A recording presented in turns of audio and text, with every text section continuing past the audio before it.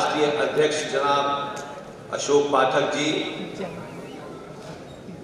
राष्ट्रीय उपाध्यक्ष माननीय सहदेव मुखर्जी जी, माननीय मुकेश त्रिपाठी जी, इसके संरक्षक श्री देवराज पाठक साहब, कोषाध्यक्ष दिलीप द्विवेदी जी, जिला अध्यक्ष अनूप त्रिपाठी जी, प्रदेश अध्यक्ष राजेंद्र पांडे जी, प्रदेश महासचिव सीता शरण शास्त्री जी, प्रदेश सचिव विनोद पांडे जी, प्रयागराज के गणमान्य नागरिक, ख़वातीन व हज़रात,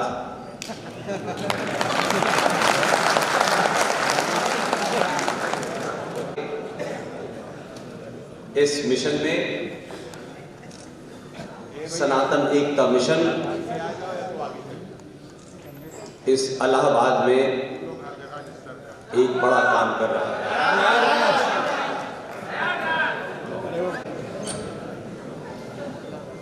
मेरे पूर्व तमाम सारे बुजुर्गों ने मेरा इतना सम्मान और ख़ास तौर से सनातन की इस नगरी में जहां इतनी बड़ी संख्या में इस शहर के गणमान्य लोग यहां आए हों, ये मेरे लिए सबसे बड़ी इज्जत की बात है।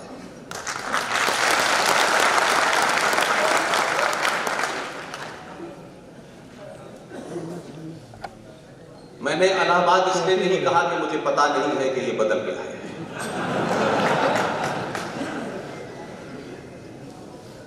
इस शहर में बहुत सारे फ्रॉड हुए हैं। एक फ्रॉड हुआ कि पूरे देश में ये जो गंगा जमुना तहजीब का फ्रॉड था वो यहीं से शुरू हुआ।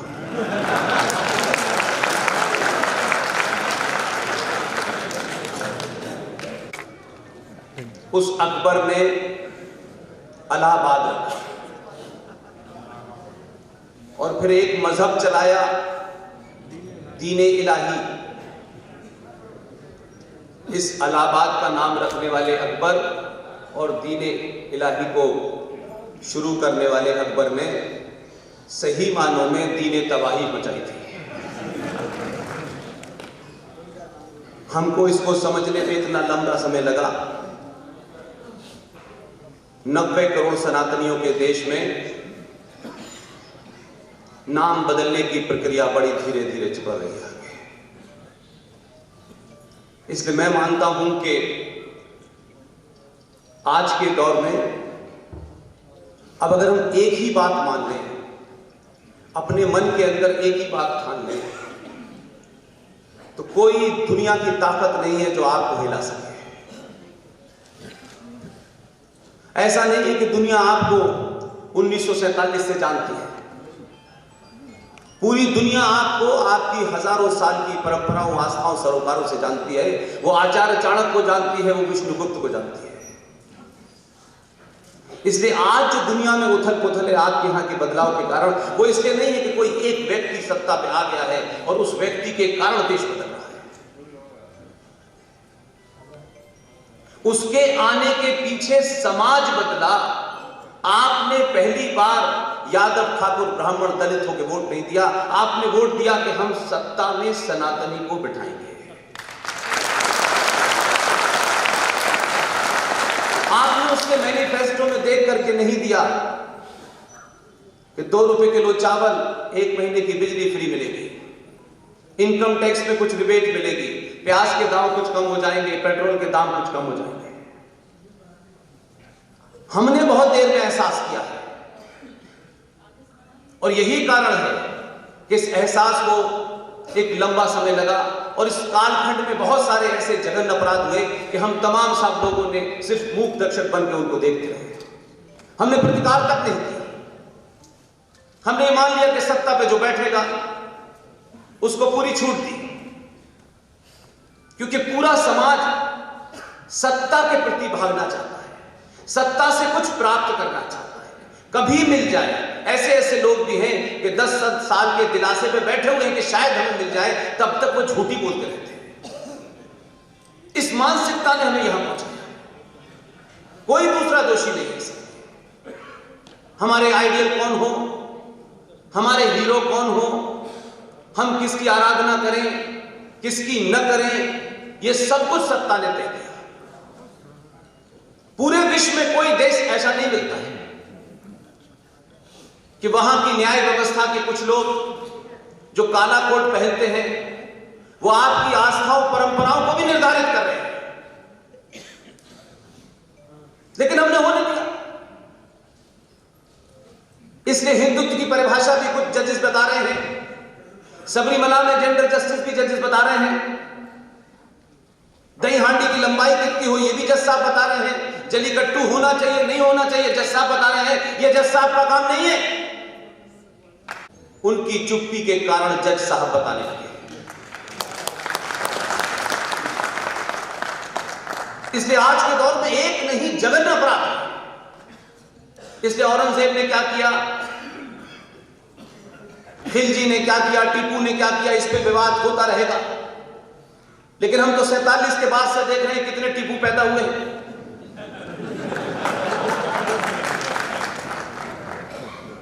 इसलिए राजनीति, संगठन, पार्टी ये बहुत छोटी चीज है। हम समझते हैं कि सब कुछ यही है। इसलिए हमारे यहां हमारे जो विश्वविद्यालय में लोग थे, जो कार्य उनको करना चाहिए था उन्होंने की सत्ता के लोभ में, सत्ता की चारुकाटा में कभी सच बात नहीं बताई। ठीक है, माना मैं कॉलेज यहां आया था, लेकिन कितने लोग जानते हैं कि मैं कॉलेज जो है कोई शिक्षाविद नहीं था। मैं कॉलेज डिफेंस सेक्रेटरी था, उसे एक रणनीति के तहत भेजा गया था। लेकिन मैं कॉलेज जाने के बाद भी भारत में 80% गुरुकुल थे। लेकिन अपने दिल पे हाथ रखिए, यहां से लेकर दुनिया भर के जितने भी भारतवासी रहते हैं, क्या कभी वो आर्थिक रूप से इतने कमजोर थे? इतने प्राइवेट स्कूल खुले, इतने कॉलेज खुले, लेकिन किसी ने गुरुकुल खोलने की कोशिश की? उस आधुनिक दौर में स्कूल में सरकार क्या पढ़ाती है, नहीं पढ़ाती है, हम इसी चिंता में मग्न हैं। हमने घर पे क्या पढ़ाया, यह महत्वपूर्ण है।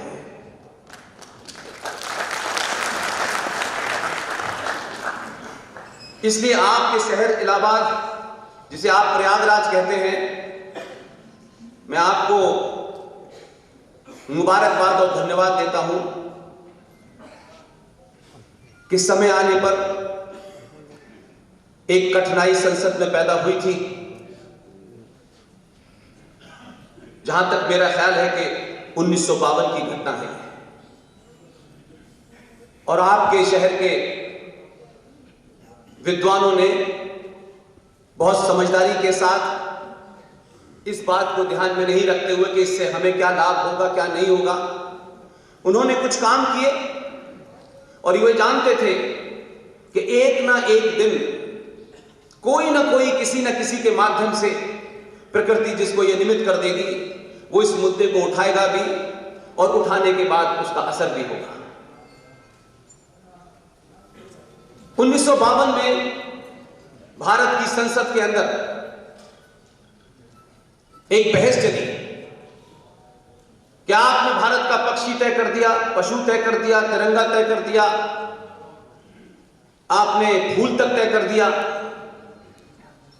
तो उस वक्त कुछ लोगों ने इस सवाल को उठाया कि भारत का कैलेंडर नहीं तय हुआ है। तो जैसे ये सवाल उठा कि कैलेंडर भारत का कैसा होना चाहिए, तो कुछ लोग उठ गए जिनका पजामा उठा रहता है, और वो फौरन खड़ा हो गए, बोले ये कैलेंडर है तो इसकी जरूरत, इसके अलावा क्या जरूरत है?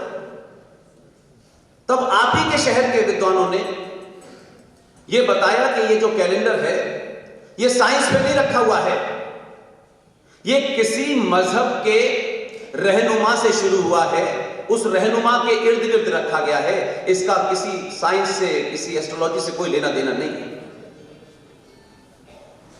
और इस बहस को उन्होंने पार्लियामेंट में इतनी ताकत के साथ रखा कि पूरी पार्लियामेंट उसमें इन्वॉल्व हो गई। वाले चाचा आपके शहर के बहुत देर तक सुनते सुनाते रहे।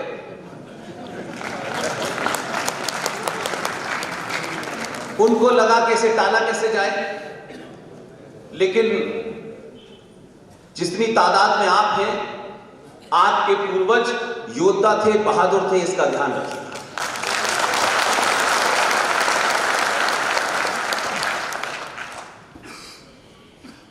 एक कैलेंडर सुधार समिति नाम की एक कमेटी बना दी गई और उनसे कहा गया कि आप जिस कैलेंडर की बात कर रहे हैं उसके बारे में पूरा तथ्यों के साथ कोई रिकमेंडेशन दें। उन लोगों ने देर नहीं लगाई, पूरा गहन अध्ययन किया, क्योंकि उनका पहले से अध्ययन था। कैलेंडर सत संबद्ध से होना चाहिए और तथ्यों के साथ रखा गया। और 1957 में जो कमेटी बनी थी 1952 में, उस कमेटी के सदस्यों के नाम में 2 महान आत्माएं आपके शहर प्रयागराज की हैं। उस कमेटी को बनाया गया, उसमें जाने माने भौतिक शास्त्री प्रोफेसर मेघनाथ साहा साहब थे, इलाहाबाद विश्वविद्यालय के प्रोफेसर ईसी बनर्जी साहब उसमें थे जो कुलपति थे, डॉक्टर एएल दफ्तरी थे, नागपुर से आए थे, श्री बीसी कलंदरी थे जो महाराष्ट्र में एक अखबार निकलता है केसरी, उसके संपादक थे, और आपके शहर के doctor Gorakh Prasad, head of the department mathematics, Allahabad विश्वविद्यालय, और कलकत्ता के एलसी लहरी साहब जो पंचांग करता थे। इन 6 लोगों ने जब रिपोर्ट दी और उस पर बहस हुई, तो आप सोचिए कि इनकी बनाई हुई रिपोर्ट पर जो बहस हुई, उस बहस में लोगों ने सिर्फ सुना, तर्क नहीं कर पाए। एक आवाज नहीं उठी पार्लियामेंट के अंदर कि इनका कोई जो साइंटिफिक तर्क है उसमें किसी किस्म की मिलावट है। लेकिन अफसोस है, 47 में आजाद हुए, 50 में हम संविधान बन गया। यह घटना 1957 की है।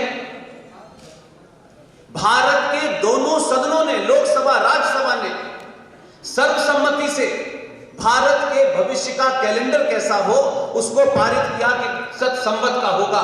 लेकिन अनफॉर्चुनेटली समाज नहीं जगा, पास हो गया, पार्लियामेंट में रख गया। वो ताकत इतनी ताकतवर थी कि 1992 में दबाव में जो आई, 1958 तक उन्होंने इसको आगे नहीं बढ़ने दिया। तब से लेकर अब तक भारत सरकार का कैलेंडर वो जो सूली पर लटके हैं कहां से शुरू होता है, क्योंकि उनसे पहले कैलेंडर थे नहीं, दिन रात होते नहीं थे।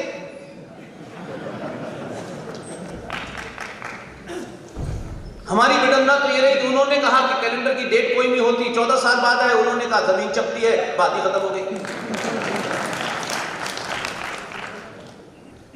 इसलिए मैं मानता हूं कि 22 मार्च 1957 को यह प्रस्ताव पारित हुआ। इसलिए बार बार मैं कभी किसी को यह नहीं कहता कि आपको यह करना है। हजारों लोग ये पूछते हैं, आप बताइए हमें क्या करना है।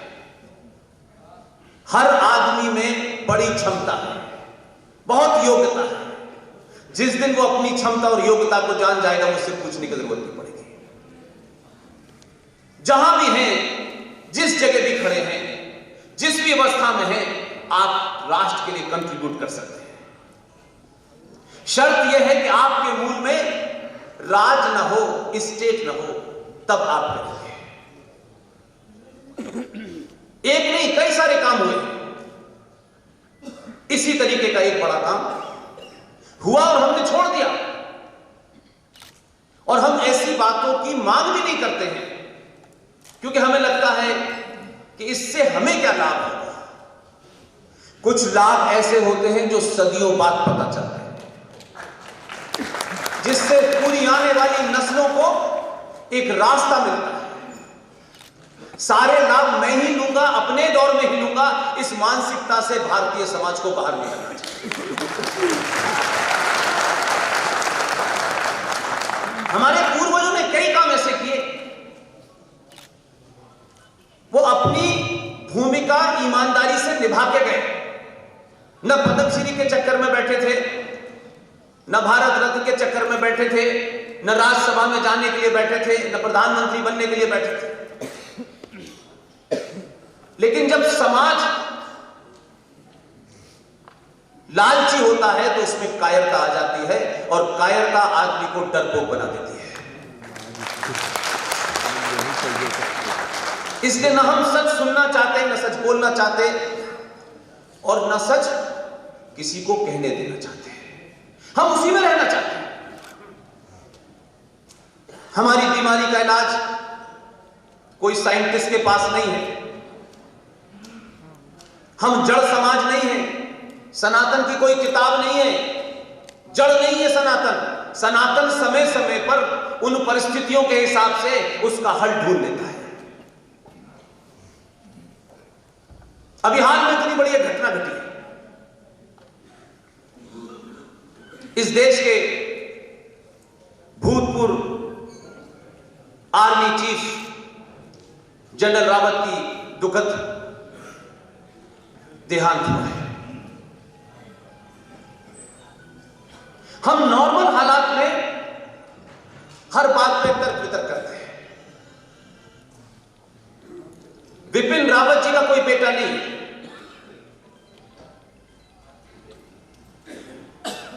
उनको जब मुआवनी देनी थी तो उनकी दोनों बेटियों ने दी। उनकी बेटियों ने पूछा नहीं कि वुमेन लिबरेशन वाले कहां हैं, महिलाओं के अधिकारों की बात करने वाले संगठन कहां है, संविधान में क्या लिखा है, और किसी पुरुष ने नहीं कहा कि यह गलत हो रहा है। यही सनातन है।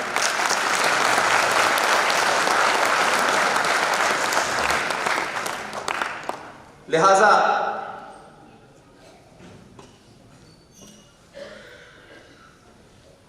मैं अपनी बात यहां से शुरू करता हूं।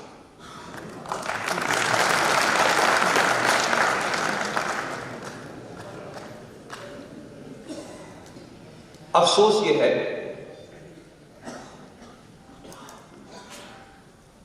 हार दुनिया में हमेशा होती रहती है। कभी जीत मिलती है, कभी हार मिलती है, लेकिन हारने में उससे मजा आता है जो आपसे भी बहादुर हो। हम बदकिस्मत लोग हैं। हम उठाई गिरे लफंगे गुंडों से हार गए, चोरों से हार गए, बलात्कारियों से हार गए, और वो पूरी दुनिया में बता रहे हैं Islam is a religion of peace. आपने पीस की स्पेलिंग क्या समझी और उन्होंने क्या समझी, इसमें मतभेद हो सकता है।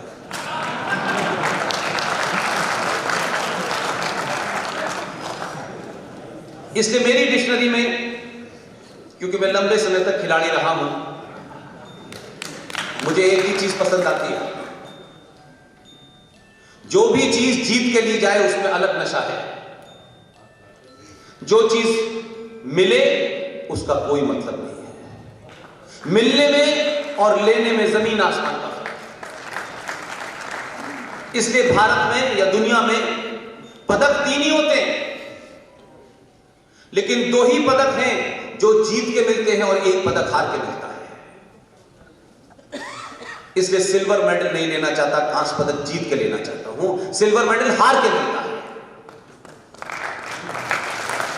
जिनको जीत की भूख होती है, कोई पिछले 70 साल से पढ़ रहे हैं, हमें आजादी मिली,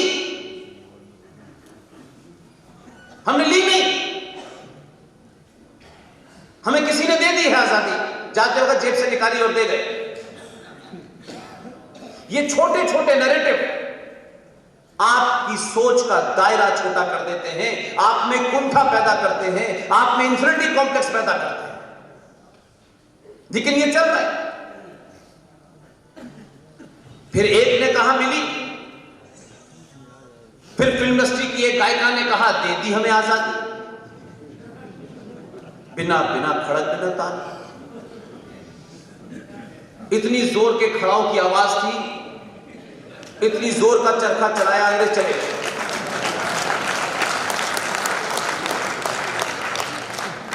ये जो एलिफेंट पार्क बना हुआ है,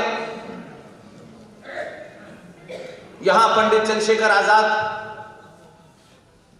हवा में मर गए थे, ऐसी कुछ हवा चली हो। आजाद हिंद फौज की 60,000 सेना में से 26,000 लोग मारे गए।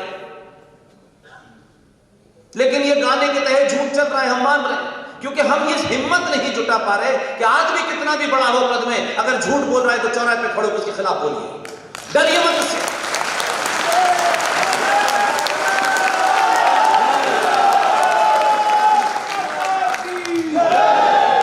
हमारे समाज में कभी भी व्यक्ति को पैसे से, धन से, पद से बड़ा कभी नहीं माना गया। हम किसी साधु के, संत के पैर इसलिए नहीं छूते कि वो धनाढ़ है, लेकिन वो साधु जो बैठ के काम करता है वो धनाढ़ व्यक्ति नहीं कर सकता, इसलिए आज भी इनके पैर छू जाते हैं।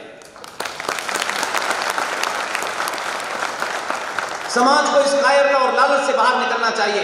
नेताजी आ गए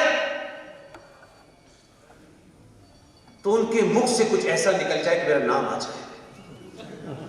नेताजी को ऊपर बिठाओ, फिर कंधे पे बिठाओ। समय आ गया है नेताजी को कंधे से उतार के जमीन पे गिरा दो।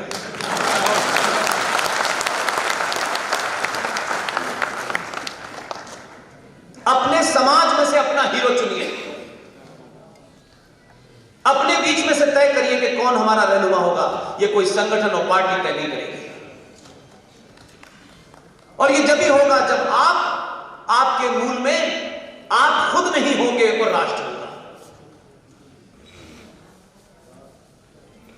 पिछले 2 चुनाव में यह साफ कर दिया कि हमने 900 साल के बाद कायरता से बाहर निकलते हुए वक्त की जरूरत के हिसाब से जो भी अवेलेबल हमारे पास भारत में मजबूत आदमी था उसको खड़ा कर दिया। हो सकता है कि वो हमारे ख्वाबों में 100% फिट न बैठता हो, लेकिन हम ये भी ध्यान रखें कि 900 साल के बाद हमने अपने होने का एहसास किया है, इसलिए इतनी आसानी से एकदम 100% परफेक्ट नहीं मिलेगा। वक्त की जरूरत है ऐसे लोगों को इतना बहुमत दीजिए कि उनके पास भागने का बहुमत ना हो। उनकी शक्ल क्या है, उनकी जाति क्या है, महत्व नहीं है। और हमारे समाज में यह महज इत्तेफाक हो सकता है कि मैं जहां पैदा हुआ, मुझे आज तक अपने सरनेम का मतलब नहीं पता। मैं फिर भी उस पूरे दौर में भगवान परशुराम जो ब्राह्मण थे उनके वाक्य को मानता हूं और समाज से कहता हूं तुम्हें भी उन्हीं का वाक्य मानना है। परशुराम जी का यह वाक्य है, जन्म जायते शूद्र, मनुष्य जन्म से शूद्र होता है, कर्म से ब्राह्मण क्षत्रिय वैश्य बनता है।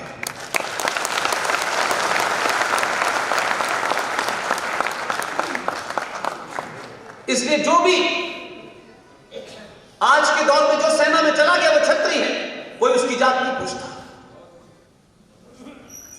जिसमें भी ज्ञान प्राप्त हो गया, चाहे वो पटना का मंदिर हो चाहे काशी हो, वो ब्राह्मण हो गया।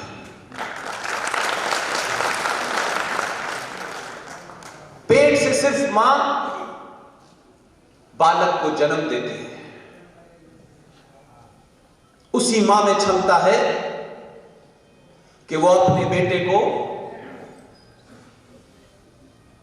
शिवाजी बनाए या नेहरू बनाए।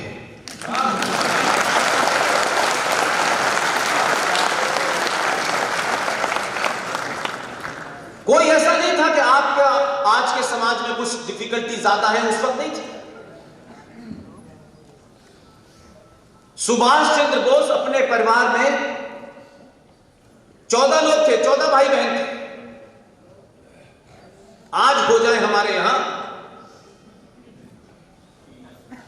तो हम ये सोचेंगे किसको भेजें, कौन यूएस पढ़ने जाएगा, किसकी फीस हम जमा करेंगे। उस दौर में सोचिए 14 भाई बहनों में से 9वें नंबर पे सुभाष चंद्र बोस थे।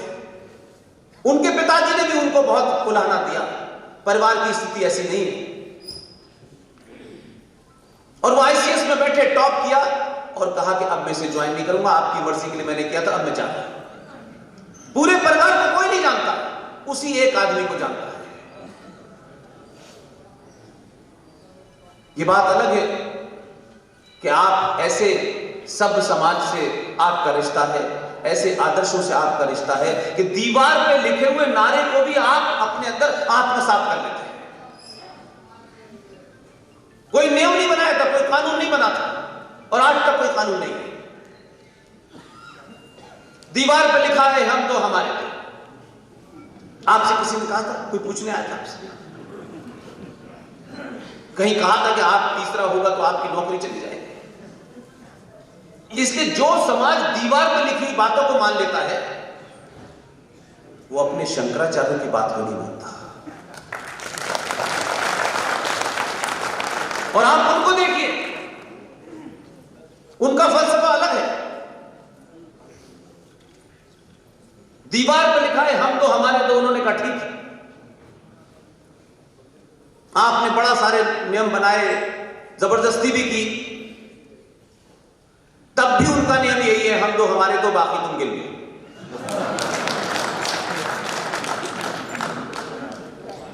हमने पूरी दुनिया में कहीं किसी ऐसे समाज को नहीं देखा जिसकी गिनती अपने ही देश में 90 करोड़ हो, सबसे ज्यादा जीएसटी देता हो, इनकम टैक्स देता हो, इस संविधान को जैसा भी है, अच्छा है बुरा है, कुछ कमियां हो सकती, उसके बाद भी उसे मानता हो, रेड लाइट तोड़ने तक से डरता हो। लेकिन वो 90 करोड़ समाज अपनी ही सरकारों से भीख मांगता है हर बार कि हमें समान नागरिक अधिकार चाहिए।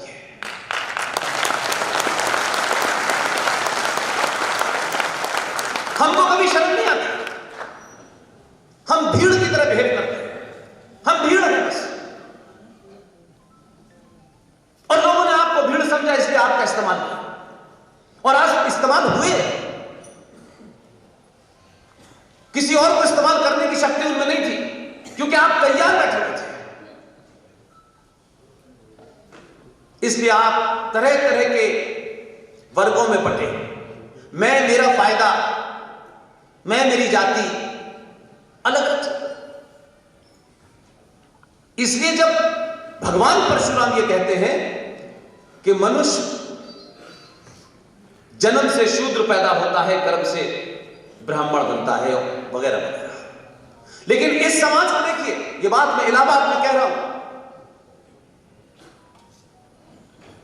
यहां बहुत प्रख्यात पंडित बैठे होंगे, ब्राह्मण भी बैठे होंगे, क्षत्रिय भी होंगे, वगैरह वगैरह, लेकिन उनकी परंपरा देखिए, सवाल नहीं उठाया समाज ने। इस समाज में, हमारे आदर्शों में, हमारे इतिहास में 2 ब्राह्मण थे, वो चिल्ला चिल्ला के कह रहे थे, और आज उसका अनुसरण हो रहा है, तब भी शायद हम किसी गंदगी में फंस गए हैं। परशुराम भी ब्राह्मण और रावण भी ब्राह्मण। रावण अपने कर्म के चलते चौराहे पे जलाया जाता है, परशुराम अपने कर्म के चलते मंदिर में पूजा जाता है, दोनों बता। और यही ब्राह्मण, यही पंडित जिनको बहुत सारी बातें कही जाती हैं, ये भगवान राम को पूजते हैं, उनको मर्यादा पुरुषोत्तम राम मानते हैं, आराध्य देवता मानते हैं, उस मंदिर के लिए लड़ाई लड़ रहे हैं, लेकिन भगवान राम तो क्षत्रिय थे। लेकिन हमारे समाज में त्याग की कल्पना है, बिजनेसमैन पैसे वाले की कल्पना नहीं है, धनाढ्य की कल्पना नहीं है। जो त्याग करता है वही समाज में सबसे बड़ा इज्जत पाता है। इसलिए भगवान मर्यादा पुरुषोत्तम राम हमारे आराध्य देवता हैं। किसी ने उनकी जाति नहीं पूछी। हर मंदिर में वही ब्राह्मण उस क्षत्रिय नाम के राम की पूजा कर रहे हैं। किसी ने सवाल उठाया? लेकिन समय समय पर लोग, राजनीतिक लोग, और मैं तो मानता हूं कि आजादी से पहले तो जातिगत जनगणना हुई, तमाम सारी बातें हुई, लेकिन आज भी इस तथाकथित आजादी के बाद यही बीमारी चल रही है और इसे एक एजेंडे के तहत चलाया जा रहा है। जब आपने उस बीमारी से निकलने की कोशिश की तो कहा गया कि हिंदू इस देश का इंटॉलरेंट हो रहा है। बीमारी को 1400 साल से कंधे पे धो रहे थे, तब तक सेकुलर थे। इस गंदगी को उठा के हमने नीचे रख दिया, अब हम कहा माफ कर दो, तो कहते हैं हिंदू इंटॉलरेंट हो रहा है। और हिंदू कब इंटॉलरेंट नहीं था? इंटॉलरेंट भी लाइफ में होना जरूरी होता है। मर्यादा पुरुषोत्तम राम भी इंटॉलरेंट हुए।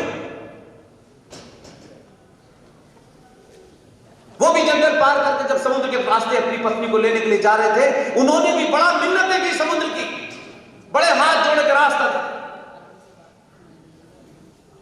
जब रास्ता नहीं दिया तो धनुष बाण उठा लिया और धनुष बाण उठाते ही उसने रास्ता दे दिया। अब कहें कि भगवान राम इंटॉलरेंट थे।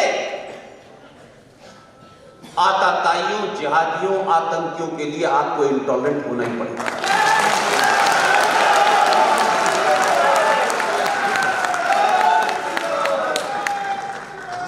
इसलिए कथावाचकों से मेरी विनती है,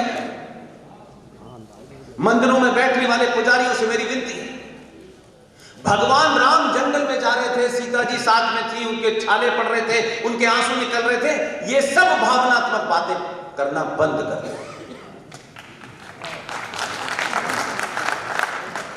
एक पुरुषार्थी समाज को पुरुषार्थी कहानी सुननी चाहिए। कृष्ण जी की लीलाओं के बारे में बड़ी बात होती है। जब भी कृष्ण जन्माष्टमी आएगी, उनकी लीला ऐसी थी, उन्होंने ऐसा किया, उन्होंने वैसा किया। उनको हम सजाते भी ऐसे हैं जैसे वो भगवान ना होकर कोई खेलने की चीज हो जाए। लेकिन वही भगवान कृष्ण अधर्मी, यानी उस वक्त के आतंकवादी, उस वक्त के जिहादी, जब अर्जुन के पैर कपकपाने लगे, जब अर्जुन मने कर रहा था लड़ने से, तब भी उसने कहा कि ये तो मेरे अपने हैं। तब भगवान कृष्ण ने कहा, तेरे अपने हैं या नहीं, महत्वपूर्ण यह है कि ये अधर्मी है, तू धनुष बाण उठा और इनका नाश कर।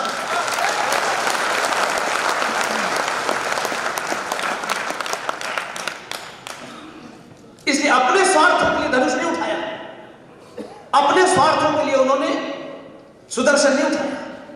वो ये जानते थे, उनको भी पता था कि इनका डीएनए एक है, तब भी मारा।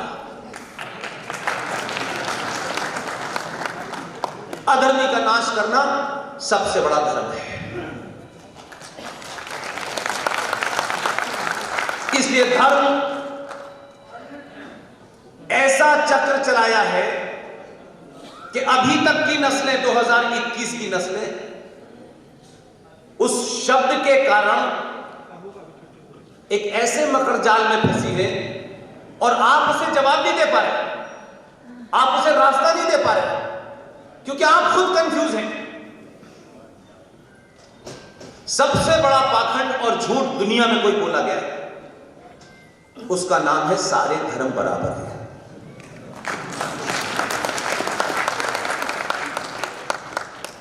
जिनका एजेंडा था, वो देखिए कितने शातिर लोग थे। उन्होंने आप ही के लोगों को आगे किया कि इनको आप मूर्ख बनाएंगे तो ज्यादा अच्छी तरह बनेंगे, हम बनाएंगे तो जरूर हो सकता है सवाल खड़ा कर दें।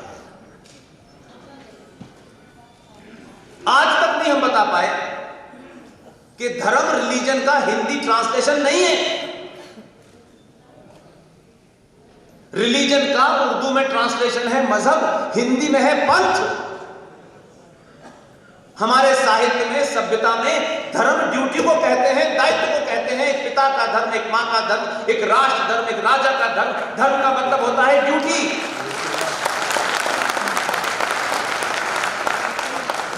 राजा का धर्म होता है, मजहब नहीं होता।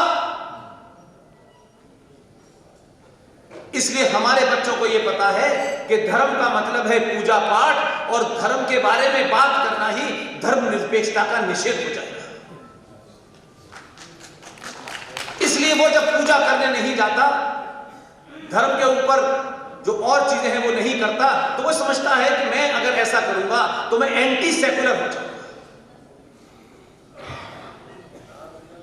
इतने लंबे कालखंड में हजारों संगठन आए हिंदुओं के। किसी ने बताया आपको कि शब्द सेकुलर की कल्पना कहां से आई थी, कहां से लाए थे इसको और क्यों लाए थे? क्या बाबा साहब अंबेडकर ने जो 1950 में संविधान बनाया था, बाबा साहब अंबेडकर को नहीं पता था कि सेकुलर शब्द इसमें डालना चाहिए?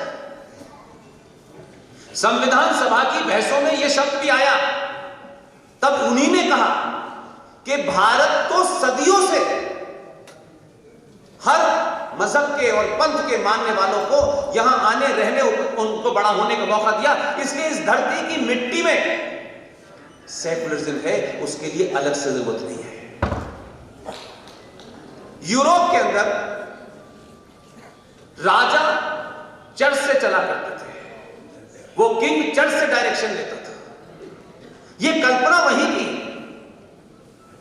कि जो राजा है कहीं ऐसा ना हो कि जो चर्च को नहीं मानते या चर्च के अलावा किसी को मानते हैं उनके साथ अन्याय न करें।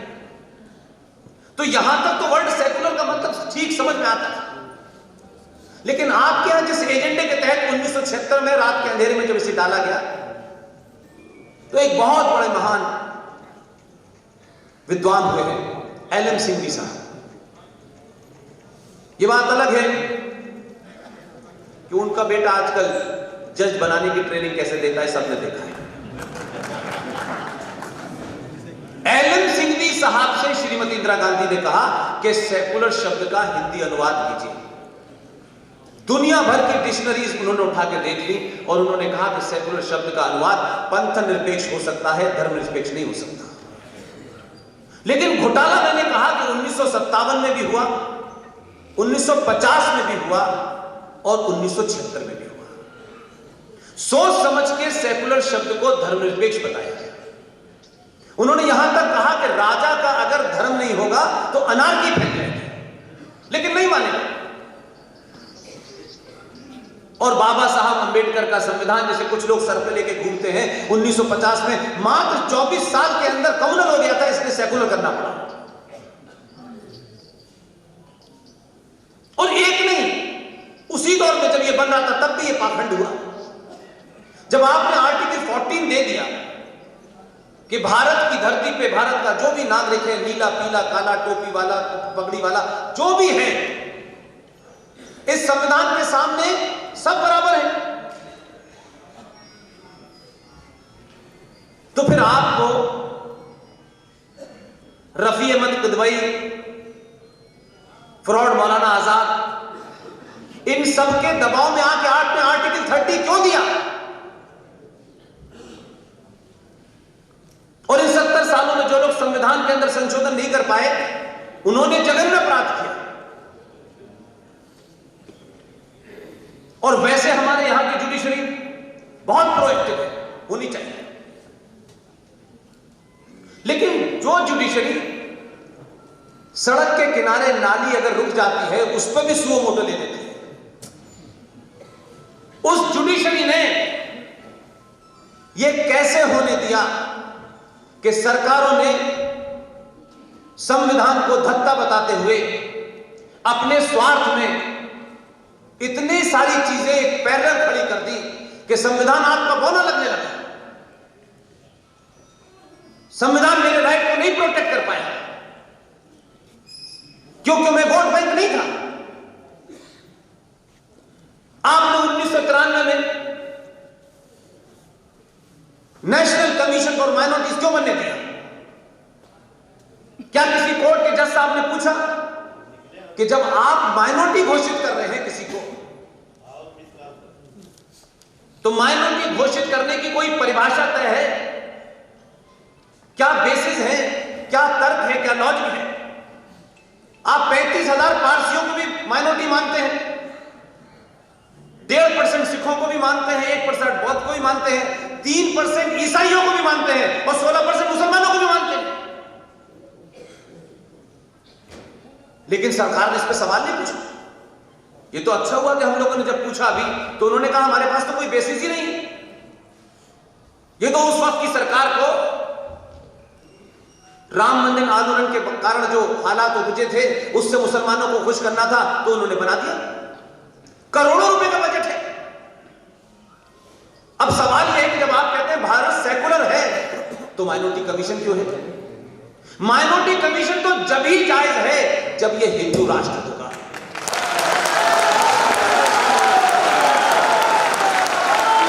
आपने जब उसे हिंदू राष्ट्र घोषित कर दिया तब माइनॉरिटी की बात होगी। जब यह राष्ट्रीय सेकुलर है तो फिर यह माइनॉरिटी कमीशन क्यों है?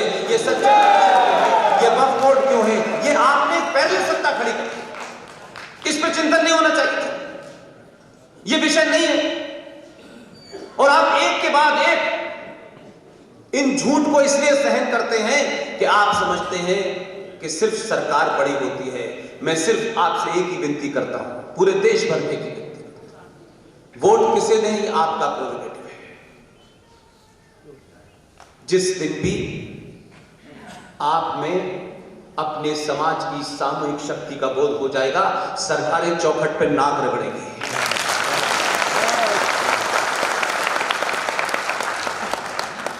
इसको किसी जाति, ये जाति वो जाति में करेंगे तो नहीं आएगा। लोग आपको भी इस्तेमाल करेंगे, उन्हें भी इस्तेमाल करेंगे।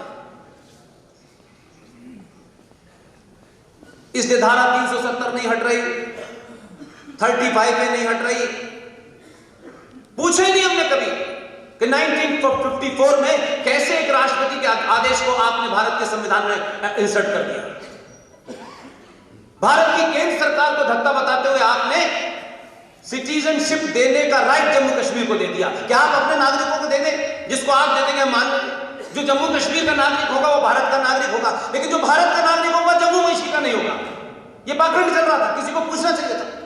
क्या इसके लिए किसी पिटीशन का इंतजार हो रहा था? क्योंकि आपके पास जलीकट्टू के लिए तो कोई नहीं कहता। आपने सुमोटो लिया कि जानवरों पर अत्याचार हो रहा है, इंसान मर रहे हैं, उसकी चिंता नहीं है, जलीकट्टू की चिंता है। दहीहांडी कोई रिलीजियस मामला नहीं है, उसकी लंबाई तय हो रही है। वो पहले चढ़े, फिर लंबाई नापे, फिर मटका लेके जाए, यही करता रहेगा दिन भर। इसलिए आपने सब चीज में दे दे। हिंदुत्व क्या है ये भी जज साहब बता रहे। अरे हिंदुत्व की परिभाषा तो मेरा शंकराचार्य बताएगा, आपको किसने कहा बताने के लिए?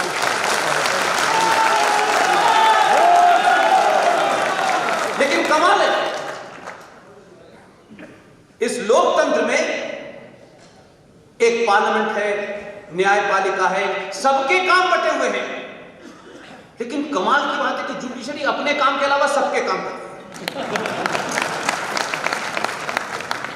मैं किसी पे निजी टिप्पणी नहीं किया, मैं किसी संवैधानिक पद पे नहीं हूं तो मुझे शर्म आए। मैं कभी एमएलए बनने की लाइन में नहीं रहूंगा तो मुझे कोई डर पड़े, कोई फर्क नहीं पड़ता। लेकिन मेरे सवाल सामने हैं, बस इसलिए मैं कहना चाहता हूं। एक दिन यकायक एक प्रधानमंत्री को लगा, जो पाकिस्तान के पंजाब प्रांत के डिस्ट्रिक्ट चकवाल से यहां आए थे, और एक साहब आए थे लाहौर से, दोनों माइग्रेंट थे। हमारे यहां से क्या गए, वहां उनकी क्या हालत है आपको पता है, वहां से आने वालों की क्या हालत है पता है। और यकायक लगा कि भारत में 1993 में नेशनल कमीशन फॉर माइनॉरिटी का करोड़ों रुपए के बजट के बावजूद भी इनकी हालत नहीं सुधर रही। इनकी हालत सुधर भी नहीं सकती।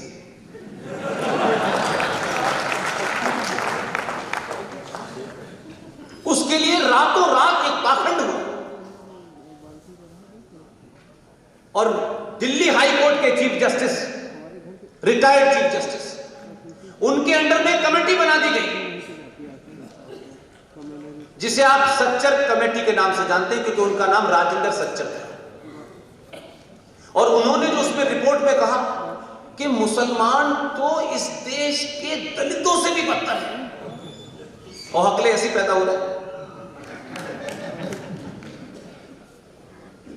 और इनको बिजनेस के लिए 0% पे 20-20 साल के लिए लोन दिया जाना चाहिए।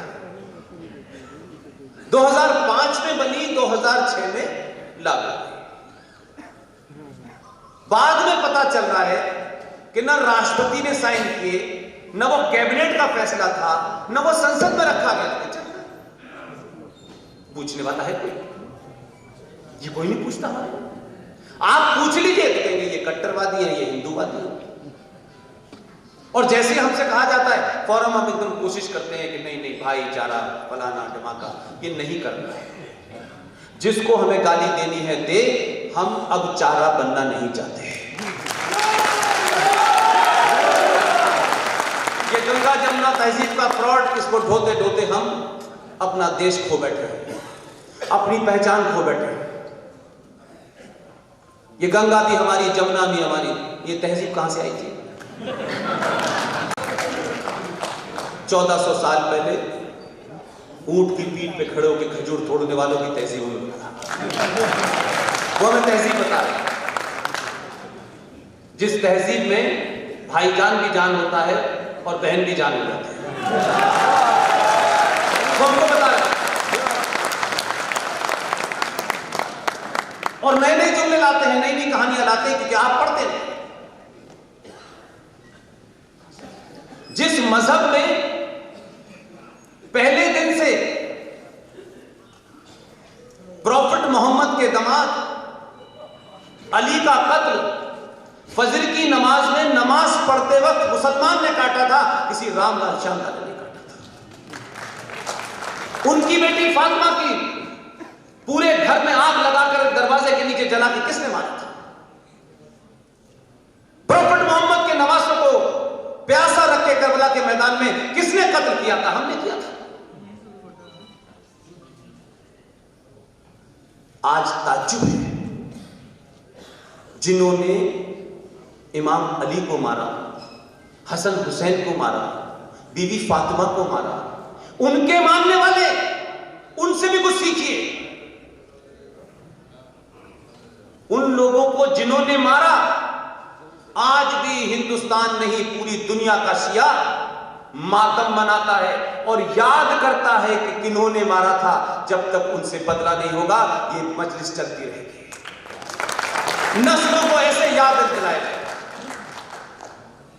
आप तो इतनी जल्दी में हैं, इतनी जल्दी में थे, लालच और स्वार्थ के कारण आपने कहा कि भाई भारत के अंदर बड़े हालात खराब हो गए हैं, मुसलमान नाराज हो गए। आप तो प्रयागराज के लोग हैं, आपके यहां से कोई आवाज उठनी चाहिए थी। आप तो पहले वो लोग हैं कि आपकी धरती पर 29 दिसंबर 1930 को मुस्लिम लीग का जो जलसा हुआ, उसकी सदारत, उसकी अध्यक्षता कौन कर रहा था? उस फ्रॉड का नाम है मोहम्मद इकबाल। उसने पहली बार कहा कि भारत के वेस्टर्न बॉर्डर पर जो मुस्लिम बहुल इलाके हैं उन्हें अलग कर देना चाहिए। वो आपका गीत लिख के चला गया, सारे जहां से अच्छा हिंदुस्तान। उसकी चर्चा बहुत होती है हमारे यहां। अधकचरे हिंदू लीडर और अधकचरे हिंदू संगठन, जिनको खिलाफ और खिलाफत में पता नहीं है, वो इस बात के बारे में पूरी पूरी परिभाषा देने लगते हैं और उसे कोड किया जाता है। लेकिन उसी आदमी ने जो तराना लिखा, लेकिन लंदन से लौटने के बाद जो उसने तराना लिखा, वो हिंदुस्तान के किसी सनातनी हिंदू को पता ही नहीं। और अगर आज के दौर में भी आप नहीं पढ़ना चाहते तो फिर कोई दूसरा जिम्मेदार नहीं है, फिर आप जिम्मेदार हैं। सितवाए शायरी और जवाबे शायरी तो उसका मिल्ली तराना पढ़िए। चीनो अरब हमारा, सारा जहां हमारा, मुस्लिम है वतन है सारा जहां। वो पाकिस्तान में लाहौर में उसकी सबसे बड़ी खबर बनी हुई है, यौम वलादत उसकी मनाई जाती है। हम कोई तराना नहीं दे पाए, एक तराना वो दे गए। एक गुजरात से आए थे, वो दे गए।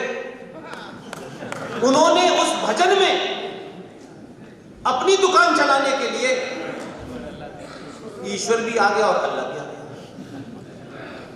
कहां मिलन है? ईश्वर अल्लाह का मिलन आप किसी सभ्यता के तौर पे हो सकता है, एकेडमिकली बात करें।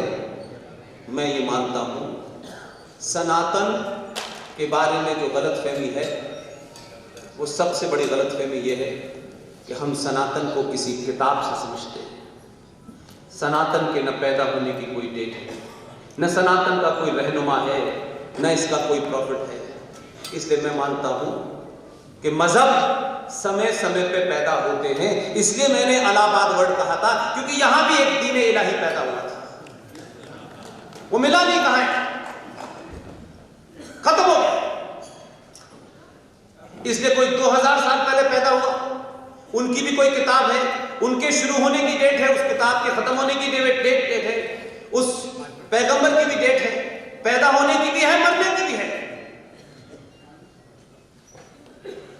दुनिया में एकमात्र धर्म जिसे आप कह सकते हैं वो सनातन है, और सनातन के बारे में ये कहा गया है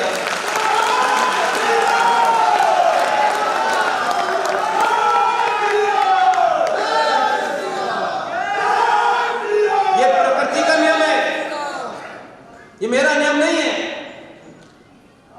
और प्रकृति को अल्लाह में नहीं चला रहे। प्रकृति का नियम है जो पैदा हुआ है उसे एक न एक दिन मरना है, चाहे 1400 साल पहले पैदा हुए, चाहे 2000 साल पहले। सनातन न पैदा हुआ है तो उसके मरने का प्रश्न ही नहीं उठता। अनंत काल तक, अनंत। सनातन शुद्ध साइंस है। आज हमसे कहा जाता है साइंटिफिक टेम्परामेंट होना चाहिए। हमसे ज्यादा साइंटिफिक टेम्परामेंट किसी का हो ही नहीं सकता। ठीक है, कुछ जाहिल आए थे टीपू खिलजी टाइप के, उन्होंने कहा कि 1400 साल पहले किताब आ गई है, लिहाजा किसी किताब की जरूरत नहीं है। उस जाहिल ने आकर के नालंदा में आग लगा दी, किताबें जलाई उसने। इस कालखंड के कारण हो सकता है कि बीच में एक ऐसा वैक्यूम आ गया हो और आपको नई नई परिभाषा चलती फिरती बता दी गई और आप उसी को सच मानने लगे। लिहाजा हम मानते हैं और हमारा मजाक उड़ाया जाता है, और हमारे समाज के लोगों में से कोई खड़े होकर के उसको जवाब नहीं देता। लेकिन अब आपने जवाब देना शुरू कर दिया है तो लोगों को आपसे तकलीफ होने लगी है। ये सूरज की पूजा करते हैं, कैसे जाहिल लोग हैं। ये गंगा को पूछते हैं, पीपल को भी पूछते हैं, कैसे मूर्ख टाइप के लोग हैं। और कह कौन रहा है? हम जिसको भी पूजते हैं उसे पूजा हमने नाम जरूर दे दिया होगा, हम समझते हैं उसकी हम पूजा कर रहे हैं।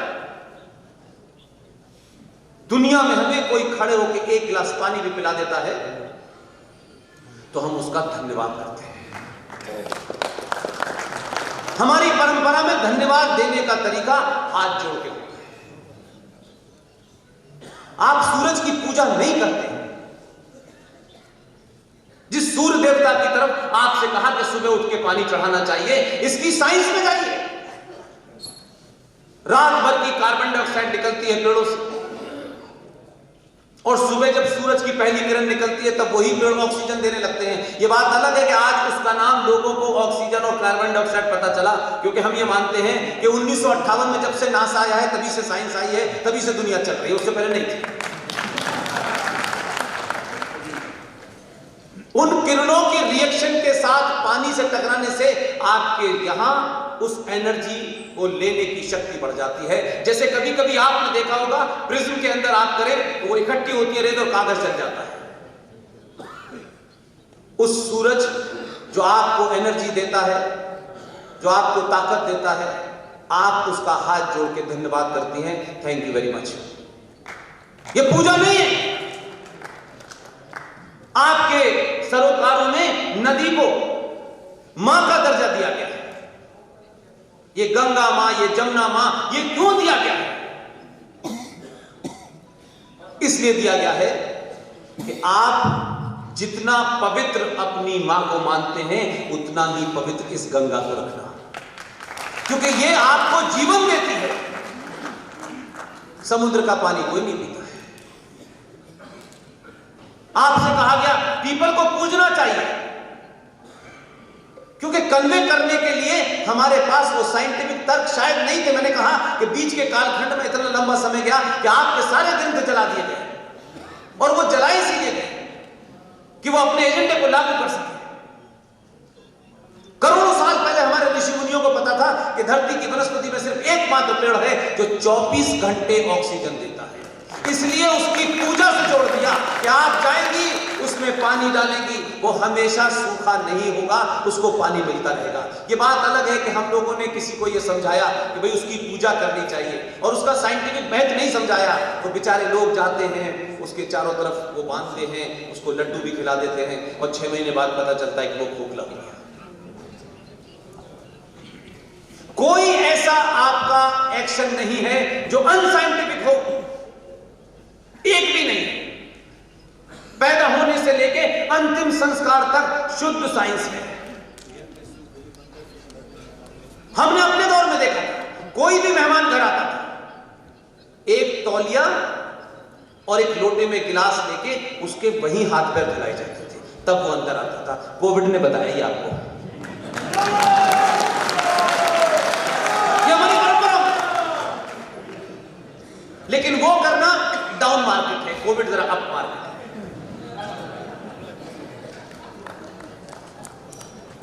कोई एक्शन ऐसा नहीं है। लेकिन ये अगर पता होता तो ये जो आए थे एक के बाद एक, ये यहां टिक नहीं पाते। इसलिए दोनों ने एक काम किया। एक ने आपकी आस्थाओं के केंद्र जहां से ज्ञान प्राप्त होता था, वो मंदिर में जो पुजारी बैठता था वो ये ज्ञान देता था। हमारे यहां आपको याद होगा बचपन में, मेरे तो निकली थी इसलिए मुझे पता है, ये जो स्मॉल पॉक्स होती थी इसको माता कहते थे, छोटी माता बड़ी माता। भारत में आप जाए घूमे, बहुत सारी जगह आप देखेंगे ये माता का मंदिर है। उस दौर में मैंने वही कहा, उस दौर में इन माता मंदिरों को माता कहा इसलिए जाता था कि ऐसी बीमारियों का इलाज वहां हो जाता था, इसलिए वो सारे माता मंदिर कहलाते हैं, इसलिए उसको माता कहा जाता है। हमसे कहा गया नहीं देखिए साहब हिंदू मूर्ख होते इसको माता कह के पूछते, ये नहीं था। वो मंदिर ही इसलिए बनाए गए थे। वो उस जमाने का क्या इलाज का तरीका होता था, कैसे वो लगाते थे, वो अलग बात है, आज की सुई नहीं होगी। इसलिए अपने आप को पहचानिए, अपनी शक्ति को पहचानिए और कीचड़ की नाली का समुद्र से मुकाबला करना बंद कर दीजिए। और 47 के बाद के 2 संकट हैं बड़े, उसकी चर्चा मैं जरूर इसलिए करना चाहता हूं। इलाहाबाद हाई कोर्ट की एक घटना आपको बताना चाहता हूं। जो लोग वर्तमान में जजेस हैं और कभी चीफ जस्टिस होंगे, और बहुत सारे यहां एडवोकेट भी बैठे हुए हैं, ये बात अलग है कि मैं पूरे देश में घूमता रहता हूं, लेकिन इलाहाबाद हाई कोर्ट में चीफ जस्टिस के चैम्बर में क्या हुआ उसकी खबर मेरे पास है। 25 साल मैंने पत्रकारिता ऐसे नहीं की। इलाहाबाद हाई कोर्ट में ये जो अल्फ्रेड पार्क नाम की जगह है जहां आपका ये हॉल है, इसमें बड़ी सारी मज़ारें और मस्जिदें बन गई थी। चल रहे थे, लोग सुबह जाते थे, जज साहब भी टहलने जाते थे। किसी ने पूछा नहीं ये कैसे बन गई, कहां से आ गई, क्यों आई। आपके राज्य में लखनऊ में एक साहब पैदा हुए, उनके पिताजी का नाम है हरिशंकर जैन, उनका बेटा है विष्णु शंकर जैन जो हमारी टीम का हिस्सा है। इस कोविड के दौर में एक पिटीशन आई कि साहब ये जितनी मज़ारें हैं ये गलत हैं, नाजायज़ हैं, इनक्रोच करके बनाई गई हैं। जज साहब ने फैसला दे दिया कि जज साहब इस बात से कन्विंस थे। 4 अक्टूबर को फैसला दिया कि अगली डेट 8 तारीख है, इससे पहले इन सबको साफ कर दिया जाए और मुझे रिपोर्ट किया जाए। वो 8 तारीख को साफ हुई, एक कोई मजार रह गई है।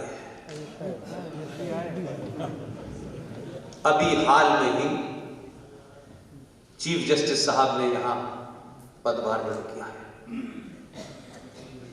अच्छे इंसान होंगे, मेरा सवाल था। उन्होंने 20 अक्टूबर को एक आदेश दिया और उसकी अगली डेट 20 नवंबर रखी, और उस आदेश को उन्होंने डिक्टेट किया और नेक्स्ट डेट 20 नवंबर होगी यह भी डिक्टेट किया। और हाई कोर्ट के चीफ जस्टिस के पास 2 स्टेनो होते हैं, एक कंप्यूटर पर और एक मैन पर। जो कॉमन मिशन मोड में होती हैं, जिनका एजेंडा साफ होता है, उनके लिए न सुप्रीम कोर्ट इंपॉर्टेंट है, न chief justice Allahabad high court important है। 20 अक्टूबर का आदेश, 20 नवंबर को सुनवाई का दिन आया। विष्णु शंकर जैन कोर्ट में खड़े हुए थे। जब वहां आवाज लग रही थी तो उन्होंने कहा, सर आज मेरी डेट है, उसका अभी तक कोई आवाज नहीं लगी। तो बातचीत में विष्णु शंकर जैन साहब से चीफ जस्टिस साहब ने कहा, हाँ मुझे याद है कि मैंने कोई आदेश दिया था जिसकी डेट आज थी, उसने कागज दिखाया। आप सोचिए कि काफी देर तक इधर उधर भाग दौड़ हुई कि ये क्या बात है, 20 अक्टूबर वाली जो डेट है वो ऑर्डर निकालो, कहां है। जो आदमी कंप्यूटर ऑपरेटर था उसने उसको टाइप किया, अपलोड नहीं किया, और बिना अपलोड करे वो मुसलमान 2 महीने की छुट्टी पर चला गया। पूरा 1 महीने का पीरियड दिया खेल करने के लिए, अब मुश्किल से अगली डेट मिली। मैं ये कह रहा हूं कि ये भी हो रहा है, ये चीफ जस्टिस की कोर्ट में हो सकता है। आप कहते हैं हम क्या कर सकते हैं, आपके हाथ में तो बहुत सारे पेन हैं। दुनिया नहीं पूछेगी, क्योंकि जिनको वो मानता है उसकी अदालत में उसने ये पुण्य का काम किया है कि अपनी एक मजार बचाने वाला जो ऑर्डर था उसने उसमें अपनी भूमिका निभाई है। अल्लाह उसके लिए बार खोले बैठा हुआ है, हुरे बैठे हुए, उससे क्या कमी है। यहां मैंने नहीं दे रहे, तो यहां रहेंगे तो हमारे टैक्स पलेंगे, वहां जाएंगे तो अल्लाह के बार में रहेंगे, उनको कुछ करना नहीं। लेकिन उस आदमी की शातिरनेस देखिए, ये खबर नहीं बनी, ये खबर मुझे पता है। मुझे लगता है कि जज साहिबान को भी पता होगी, वकीलों को भी पता होगी। इसलिए नौकरी एक माध्यम है, लक्ष्य नहीं है। सब लोग ये समझ रहे हैं कि बड़ी नौकरी मिल गई है तो हमें बड़े कानून से चलाना है, हमें बिल्कुल इधर उधर नहीं होना है। ध्यान रखिएगा, लोग आपको इसलिए नहीं अच्छा समझेंगे कि आपने बहुत कानून की रक्षा की, बहुत बड़े ज्ञानविद थे। आपकी तस्वीर लग जाएगी सुप्रीम कोर्ट में, राज्यसभा की सीट भी मिल जाएगी। लेकिन इस देश में बड़े बड़े पद लेना आसान है, लेकिन पंडित कृष्ण मोहन पांडे बनना मुश्किल है। पंडित कृष्ण मोहन पांडे ने सेशन डिस्ट्रिक्ट कोर्ट फैजाबाद में 1986 में राम मंदिर खुलने का ताले का फैसला किया। इस बात के बाद शादी को कैंसिल किया गया। लोग नहीं जानते होंगे वो अब कहां है, कैसे है। यही हमारी सबसे बड़ी कमी है। उस दौर में भी जो आदेश है 1990 का, जो भगवान के कृष्ण वंशज बताते हैं अपने आप को, 1990 में एक सरकार के मुख्यमंत्री ने उनकी सीक्रेट डॉक्यूमेंट में क्या लिखा? लिखा कि के.एम. पांडे साहब अच्छे न्यायविद हैं, ईमानदार हैं, लेकिन इन्होंने 1986 में राम मंदिर का दरवाजा खुलवा करके राज्य में सांप्रदायिक तनाव पैदा किया, लिहाजा मैं हाई कोर्ट के जज बनने की इनकी स्तुति नहीं करता। लेकिन कुछ दीवाने हैं, इसलिए मैंने कहा दीवाना बनने में बहुत मजा है, किसी का चाटुकार बनने में नहीं। हरिशंकर जैन साहब ने उस केस को पढ़ा, वो लग गए, और जो ऑफिशियल सीक्रेट नोट था उस नोट को भी उन्होंने निकलवा लिया अपने रिसोर्सेज से, और उसके बाद उसको सार्वजनिक कर दिया। तो अल्लाह मियां का एक फरिश्ता इलाहाबाद हाई कोर्ट में बैठा था जिसका नाम था रजा। उन्होंने उनको नोटिस जारी कर दिया हरिशंकर जैन साहब, और कहा कि आपने ऑफिशियल सीक्रेट एक्ट की खिलाफवर्जी की है, आपको मैं जेल भेजूंगा। हरिशंकर जैन ने कहा मैं जेल जाने के लिए आया हूं। आप ये बताएं जज साहब, मैंने ऑफिशियल सीक्रेट एक्ट की खिलाफवर्जी की है, इसको कहीं से प्राप्त करके सार्वजनिक कर दिया, लेकिन जब आप मुझे जेल भेजे तो ये बताएं कि वो नोट क्या था। तर्क होना चाहिए। वो जो जेल भेज रहे थे उन्होंने केस ही डिसमिस कर दिया। इसलिए जब समाज उन हीरोज को नहीं पहचानता और वो समाज में लोग जब उथल पुथल के कहीं किनारे चले जाते हैं तो आने वाली नस्लों से पूछा जाता है कि तुमने अपने हीरो को तो पहचाना नहीं। तो हीरो नहीं पैदा करता समाज। वो के.एम. पांडे साहब कहां हैं हमको नहीं पता। क्या सरकार उनको पद देती तभी समाज उसको मानता? क्या समाज बड़े बड़े समारोह में बुला करके इतनी तालियां बजाता कि समाज में करोड़ों के.एम. पांडे पैदा हो जाते? जरूरी नहीं है कि आप किसी को बड़े पैसे से नवाजें, बड़े बड़े उपहार दें, नहीं। ये तालियां जो यहां खड़ा होता है उसका पैर नहीं फिसलने देती है। ये तालियां उसके पैर बांध देती हैं कि यही करते रहना। ये तालियां ऐसी नहीं कि किसी अभिनेता का कोई डायलॉग सुनने नहीं आया, कोई अभिनेत्री के लिए नहीं आया। इस हॉल में एक एक आदमी, कोई बस में भीड़ की तरह नहीं आया, घर के नहीं लाए गए नेताजी की रैली है दोपहर में खाना फ्री मिलेगा। हर आदमी के अंदर कोई उथल पुथल है, कोई गुस्सा है, उसके कारण यहां पर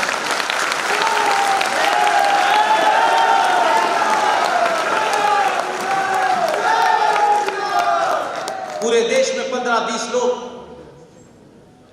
जगह जगह। मैं कल उन्नाव से लौटा हूं, बाराबंकी में था, लखनऊ में था, मुझे यहां से भोपाल जाना है, अहमदाबाद जाना है। इसी समय देश में जीडी कहीं भाषण दे रहे हैं, आरएसएन पटना में भाषण दे रहे हैं। हम में से किसी का कोई राजनीतिक इंटरेस्ट ही नहीं, और यकीन माने तो राजनीतिक लोगों के साथ खड़े होने की भी कोई इच्छा नहीं। हमको लगता है कि यह काम करोड़ों करोड़ों एमपी और एमएलए से ज्यादा महत्वपूर्ण है।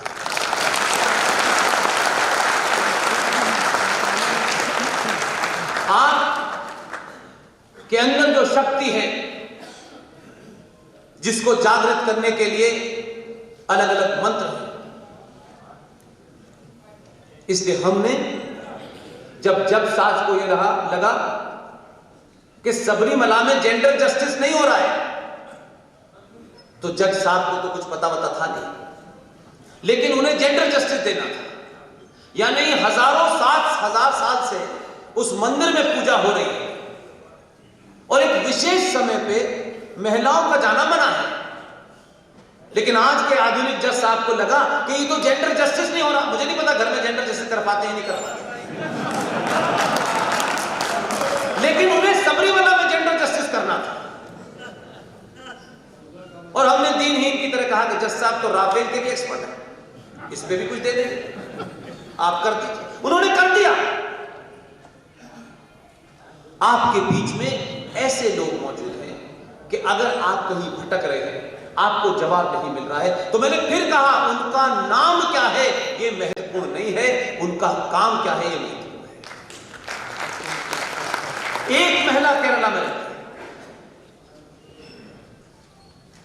उनका नाम सुनेंगे तो आपको ताज्जुब लगेगा। उनका नाम है सीनू जोसेफ। सीनू जोसेफ ने एक किताब लिखी है सबने बना, और क्या किताब लिखी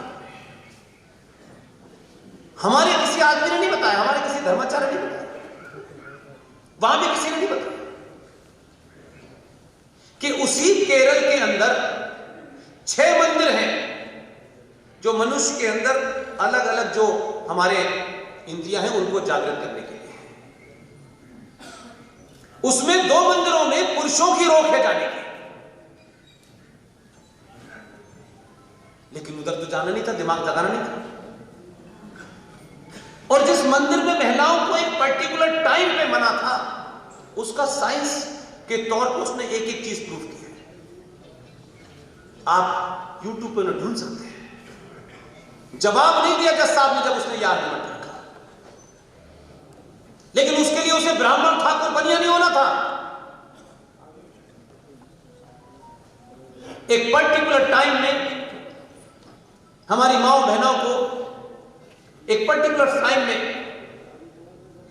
एक ऐसी क्रिया उसके अंदर होती है शरीर में जिसके कारण थोड़ा आदमी थोड़ा डाउन महसूस करता है, उसके अंदर थोड़ा डिजेक्शन पैदा हो जाता है। उसी समय वो मंदिर जहां से उसमें से रेज निकलती हैं, उन रेजों के कारण उसमें आसक्ति की भावना, उसमें डिप्रेशन की भावना, उसमें तनाव की भावना उसको बढ़ा देती है। इसलिए उस समय जाने के लिए मना किया था,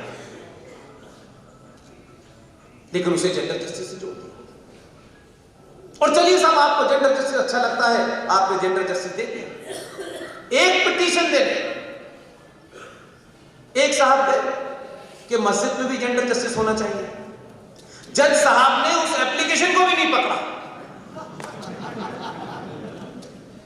क्योंकि उनको मालूम था कि जिनके बारे में ये पूछने आए हैं, अगर हमने जस्टिस कर दिया तो वो इनजस्टिस कर देंगे इनके साथ। इसलिए एक जगह चुप्पी है आपकी और एक जगह आप प्रोएक्टिव हैं। उन्होंने कहा no no no, we will not yet, you are not a party, thank you very much. इसलिए मैं ये कह रहा हूं कि आखिर कौन सी ऐसी वो ताकत है जिसके कारण इस समाज के का जो एक छोटा सा अंग है सरकार, उस सरकार के जितने इंस्टीट्यूशन है वो इतने डरे हुए क्यों हैं? दिल्ली के अंदर दिल्ली हाई कोर्ट एक मस्जिद के गुंडे लफंगे मक्कार को, जिसके ऊपर 65 एफआईआर है, 11 में नॉन अवेलेबल वारंट है, दिल्ली हाई कोर्ट आदेश देती है कि इस गुंडे को पकड़ो। वो मोहतरमा उस वक्त शीला दीक्षित जी चीफ मिनिस्टर थे। उन्होंने दिल्ली पुलिस ने एफिडेविट देके कहा, ये बहुत पुरानी बात बता रहा हूं, अब तो वो बेचारी चली भी गई। उन्होंने लिख के हाई कोर्ट में कहा है कि इस गुंडे को हम पकड़ेंगे तो दंगा हो जाएगा। तो 10 साल से वो गुंडा पकड़ा नहीं जा रहा, क्योंकि उनको मालूम है कि इस गुंडे को पकड़ने से दंगा हो जाएगा और हमारे कानून से दंगा रुकेगा नहीं।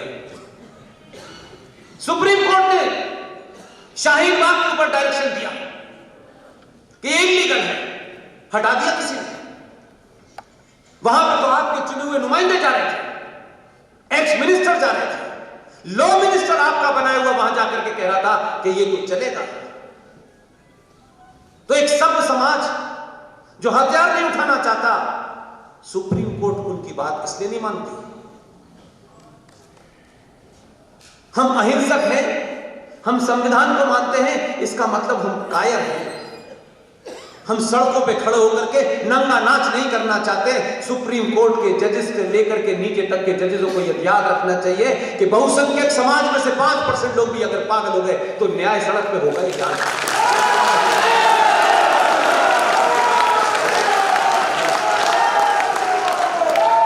आप उनके पेशेंस का इम्तिहान ले रहे हैं, वो आप पे यकीन करते हैं कि आप न्याय करेंगे, लेकिन आप न्याय नहीं करते।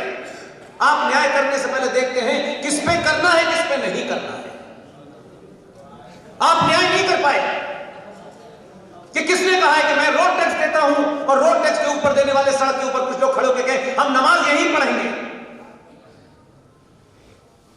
आपने लॉर्ड्स के ऊपर भी आपने जजमेंट दिया, लागू हुआ? आप तो सबको बुला लेते हैं, आईजी, डीआईजी, मंत्री सबको बुला लेते हैं। जब मंत्री संतरी आपको जज करते हैं तो आपके अंदर का मॉरल भी मर जाता है, आप बुला नहीं पाते हैं। रोहिंग्या मुसलमानों और बांग्लादेशी मुसलमानों के ऊपर जो सुप्रीम कोर्ट में सुनवाई हो रही है, उनके खिलाफ एक छोटा सा वकील जिसके चेहरे से लगता है पता नहीं सुबह नाश्ता करके आया कि नहीं आया, ये दुख की बात है। लेकिन रोहिंग्या मुसलमानों को मानवाधिकार के तहत यह भी मिलना चाहिए, यह भी मिलना चाहिए। 3 फॉर्मर लॉ मिनिस्टर और देश के 15 वकील एक साथ खड़े होते हैं। जज साहब की हिम्मत है, आंखों में आंखें मिला के देख सकते हैं। इसमें 5.5 करोड़ सुप्रीम कोर्ट कह रहा है कि भारत के अंदर इलीगल लोग हैं, लेकिन ये हमारी जरूरत का हिस्सा नहीं है, राफेल है। आपके 5.5 करोड़ लोग, भाई इनका भी मानवाधिकार है। जज साहब, आप सुरक्षित कमरे में, सुरक्षित मकान में, सुरक्षित चैम्बर में फैसला देते हैं, इसलिए आपको सबके मानवाधिकार समझ में आते हैं और आपको उस भीड़ के मानवाधिकार नहीं नजर आते। जब सुशील पंडित, जिसका पूरा परिवार मार दिया गया, भारत के मंत्री संतरियों की देखरेख में 19 जनवरी 1990 को सिर्फ उनकी उपासना के कारण 2500 कश्मीरी हिंदू पंडितों का रेप, मर्डर, बलात्कार हुआ। सुशील पंडित हमारे दोस्त, बेहतरीन इंसान, सुप्रीम कोर्ट में पीआईएल लेके जाते हैं, जिसका खानदान मर गया हो, जो सड़कों में भटक रहा है। सुप्रीम कोर्ट में पीआईएल कैसे कैसे देने गया होगा। सुप्रीम कोर्ट के जज साहिबान कहते हैं कि अब 1990 के मामले में सुनवाई कैसे करें कि कुछ अब हमारे पास इसके डॉक्यूमेंट ही नहीं है, ये रिजेक्टेड। शर्म नहीं आई, इसलिए कि उनको मालूम है कि आप कुछ करते नहीं। जेकेएलएफ का गुंडा, जिसे इस सरकार ने आगरा जेल में बंद कर रखा है और उसे कश्मीर की ठंडी हवा भी लग रही है वहां और खाना भी कश्मीरी मिल रहा है, उस आदमी को, उस जेकेएलएफ का फाउंडर, उसने जम्मू कश्मीर में दुलीराम नाम के एक कांस्टेबल की हत्या कर दी। हत्या ब्रॉड डे लाइट की। जम्मू कश्मीर हाई कोर्ट के जज गंजू साहब ने फैसला देकर के सजाए मौत की सजा सुनाई। ताली मत बजाइए, मैंने कहा ताली को रखिए संभाल के, सही समय पर बजाइए। उन्होंने फैसला सुनाया, सड़क पे आए, धाड़ धाड़ 9 गोलियां उनके सीने में मारी, सड़क पे लाश पड़ी रही, कोई कुछ बोला नहीं। ऐसे भी जज है। इसलिए फैसला सुनाते वक्त अगर आपको यह लगता है कि फैसले में भी कोर्ट को भी अब सेकुलरिज्म का भूख लग गई है, कोर्ट भी यह समझने लगा है कि इनको भी बैलेंस करना जो आपका काम नहीं है। राम मंदिर में आपने फैसला सुनाया, राम मंदिर का जहां विवाद था, जितने में जमीन थी उससे 10 गुना जमीन आपने कहा कि यह हम मुसलमानों को वहां देते हैं, वहां मस्जिद बनाने। ये कौन सा फैसला है? आप पॉलिटिकल पार्टी नहीं है, आप सरकार नहीं है, सरकारों को अपील करना है, पार्टियों को करना है, करें। ये तो आप ऐसे कर रहे हैं, मेरे गुंडे मकान पे किसी गुंडे ने कब्जा कर लिया, उनका पुष्पी साहब अब ठीक है, इस गुंडे से मकान छुड़वा देते, लेकिन इस गुंडे को भी हम एक मकान दे देते। चल, क्या सुप्रीम कोर्ट के जजेस ने कभी सरकार से ये पूछा कि भारत का ओरिजिनल संविधान, जिसको 1950 में सर्वसम्मति से पास करके, साइन करके पार्लियामेंट में रखा हुआ है, क्या किसी जज साहिबान ने पूछा कि उस ओरिजिनल संविधान में उसी वक्त चेयरमैन डॉक्टर राजेंद्र प्रसाद और बी आर अंबेडकर के माध्यम से दोनों ने कहा कि इस पन्ने, पहले पन्ने का जो लाइन है, पहली उसमें लिखा हुआ है इंडिया दैट इज भारत।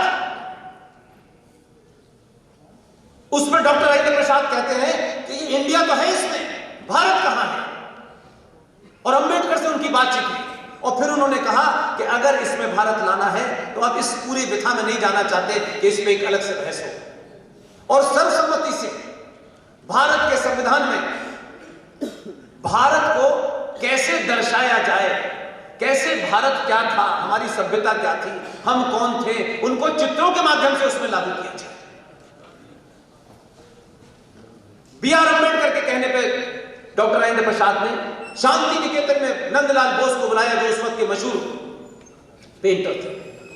10 लोगों की कमेटी बनी, उसमें जो एक सदस्य थे जिनका अभी 2007 में जबलपुर में देहांत हुआ है, उनके द्वारा बनाए गए 10 चित्र उसके अंदर मौजूद हैं। आप पहले पेज पे जहां लिखा है इंडिया दैट इज भारत, वहां नंदी बना हुआ है। नंदी किसका था? नेहरू जी का था क्या? नंदी किसकी पहचान है? पेज नंबर 5 पर भगवान राम, माता सीता और लक्ष्मण की तस्वीर है, शिवाजी की तस्वीर है, सुभाष की तस्वीर है, गुरुकुल की तस्वीर है, महावीर की तस्वीर है। उसके बाद साइन हुए तो उस संविधान के ऊपर आज भी लोकसभा के अंदर हीलियम गैस में रखा हुआ है। यह नहीं पूछा कि भाई भारत का जो ओरिजिनल संविधान है उसमें अमेंडमेंट तो होते रहते हैं, वो तो होते हैं, उसमें कोई दिक्कत नहीं थी, लेकिन ओरिजिनल संविधान का रूपरेखा क्यों बदली? और अगर शायद आप न बदलते और ओरिजिनल संविधान पर जज साहब आप शपथ लेते तो फिर ये नहीं पूछते कि भगवान राम है या नहीं है,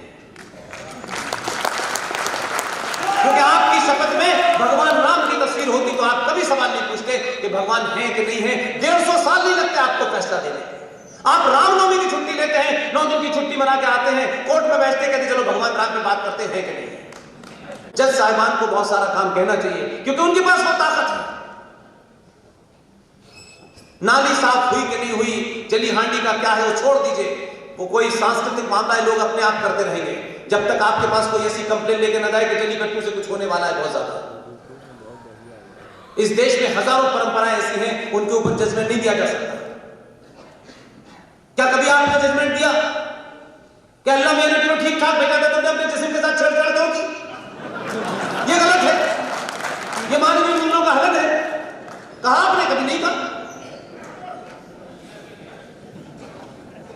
तो सवाल यह है कि आपको मुद्दे क्या लेने हैं, समाज के मुद्दे क्या लेने हैं, सरकार क्या है, देश क्या है, हमको पता नहीं। और आपकी चुप्पी ने 2 जघन्य अपराध किए हैं। राम मंदिर का मामला था, पूरे पीक पे था, तो आपने क्या किया कि 1991 में नरसिम्हा राव ने कहा कि यार ये मंदिर का आंदोलन बहुत हाई वोल्टेज पे पहुंच गया है, तो भाई हम इसको तो निकाल देते हैं इससे। लेकिन देश भर में 30 से 40 हजार हमारी आस्थाओं के केंद्र को इस्लामिक मुसलमान आतंकवादियों ने तोड़ा, ध्वस्त किया और उनको कहीं पे मजार बनाई, कहीं पे मस्जिद बना दी, जैसे काशी में आपने देखा, जैसे अयोध्या में आपने देखा।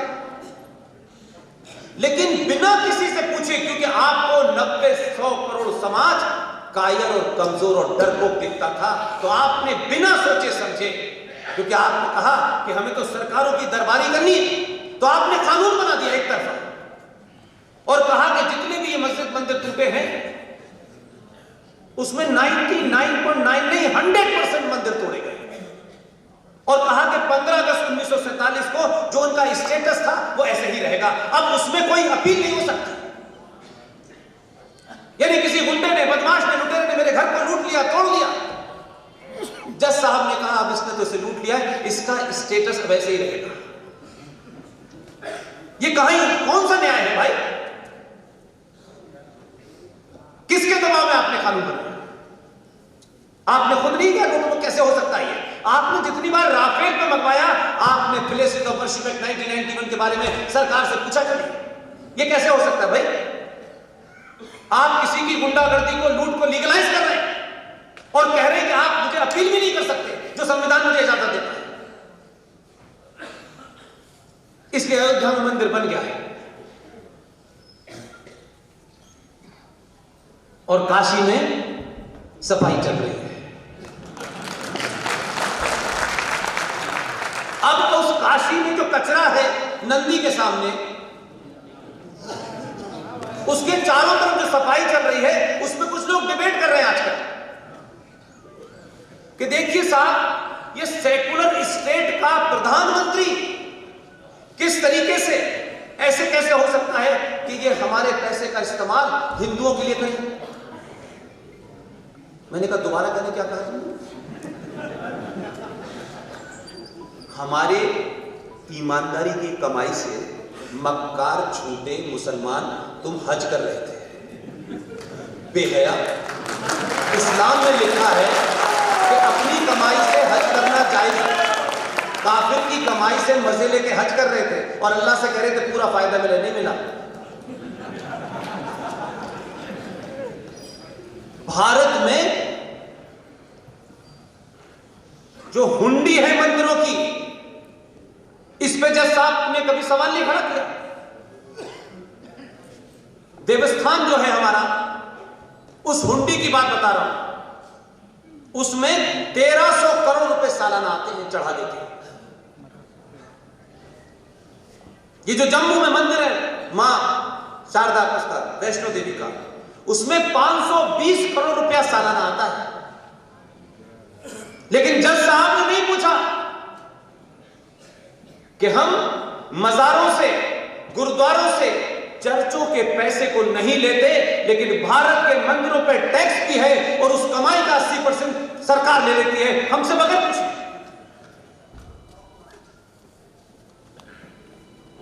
और अगर 241 साल बाद अगर हमने 349 करोड़ रुपया भगवान भोलेनाथ काशी की नगरी को ठीक करने में लगा दिया, तो पेट में किसके दर्द हो रहा है? ये तुम्हारे टैक्स का पैसा नहीं है, तुम तो हमारे टैक्स पे अभी भी पल रहे हो। टैक्स नहीं देंगे तो माइनॉरिटी कमीशन बंद हो जाएगा, कटोरा लेके घूमोगे कल तक।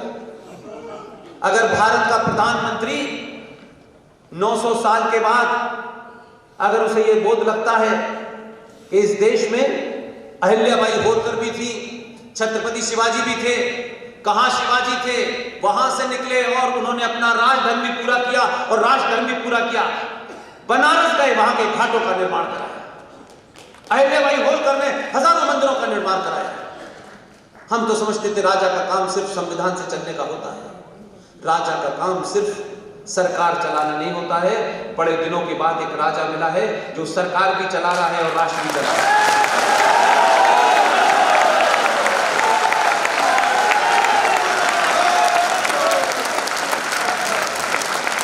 इससे नए नए नरेटिव निकाले जा रहे हैं। ये हिंदू है तो उसने कब कहा मैं मुसलमान हूं? तो नहीं कहा। तुम गए थे मुसलमान बनाने, उसने तुम्हें पहना दी। उसे अपनी पहचान पे शर्म नहीं है, वो अपोलोजिस्टिक नहीं है। उसे अपने शत्रु से अनुमोदन नहीं कराना है कि मैं अच्छा हूं। आपको किसकी चिंता है? आपको मुझे क्यों चिंता है कि मैं बोलूं तो मेरी सब तारीफ करें, 26 करोड़ के अलावा सब करें, बाकी मुझे चिंता। 900 साल के बाद यह स्थिति आपकी हो गई कि आप 70 साल के बाद आजाद हुए, पहली बार अपने मन की बात कह पा रहे हैं। ये मन की बात मन में ही रहती पिछले कई सालों से। अब आप कह रहे हैं तो लोग कह रहे हैं ये मन की बात क्यों कह रहा है? तुम्हारी मन की बात नहीं, तुम तो 5 बार बात करते हो, वो सुनता ही नहीं है, तुम्हारा लाउड स्पीकर लगाना पड़ता है।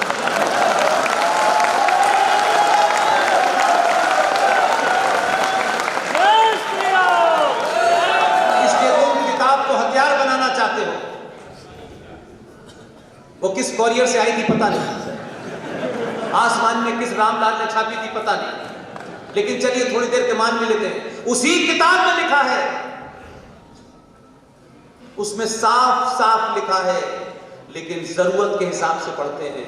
इसलिए पाकिस्तान में किसी दूसरे चश्मे से पढ़ते हैं, ईरान में दूसरे चश्मे से पढ़ते हैं, और हिंदुस्तान में दूसरे चश्मे से पढ़ते हैं। उसी किताब में लिखा है कि अल्लाह ने फरमाया है कि जो उनकी मखलूक है, यानी जिनको उन्होंने पैदा किया है, वो मखलूक को मैं जमीन पर भेज रहा हूं, वहां जाएं और ये काम करें, तुम्हारे खाने पीने सोने हर चीज का मैंने इंतजाम किया है। लेकिन एक ही बात ध्यान रखना, मैंने साफ साफ तुमसे कहा है कि जो मैंने हिदायतें दी हैं, जो तुम्हें इंस्ट्रक्शन दिए हैं, जो मैंने तुमसे बातें की हैं, कि वो तुम्हें नहीं करनी। अगर तुम अपने रास्ते से भटके तो जमीन पे मैं कुछ लोग भेजूंगा। ये किसी ने नहीं बताया था, उन्हें तो पता था, वो ये जानते हैं कि इसे अल्लाह ने भेजा है, और अल्लाह ने भेजा है, लेकिन अल्लाह की बात मानते कब हैं? उन्हें अगर अल्लाह पे यकीन होता तो अल्लाह ने जैसा भेजा था वैसे ही जाते। अल्लाह समझदार था, अल्लाह ज्ञानी था। हमने अल्लाह की जात पर सवाल नहीं उठाया भाई। हमने कहा कि भगवान पागल है, उसने यहां कान क्यों लगाया? वो जानता हूं लगाया। इसलिए हम दुनिया में एकमात्र प्राणी हैं, जैसे आते हैं वैसे ही जाते हैं। हमको किसी किस्म की पहचान नहीं बदलनी कि जब तक 2 घूंट नहीं पियोगे तब तक क्रॉस नहीं लटकाया जाएगा।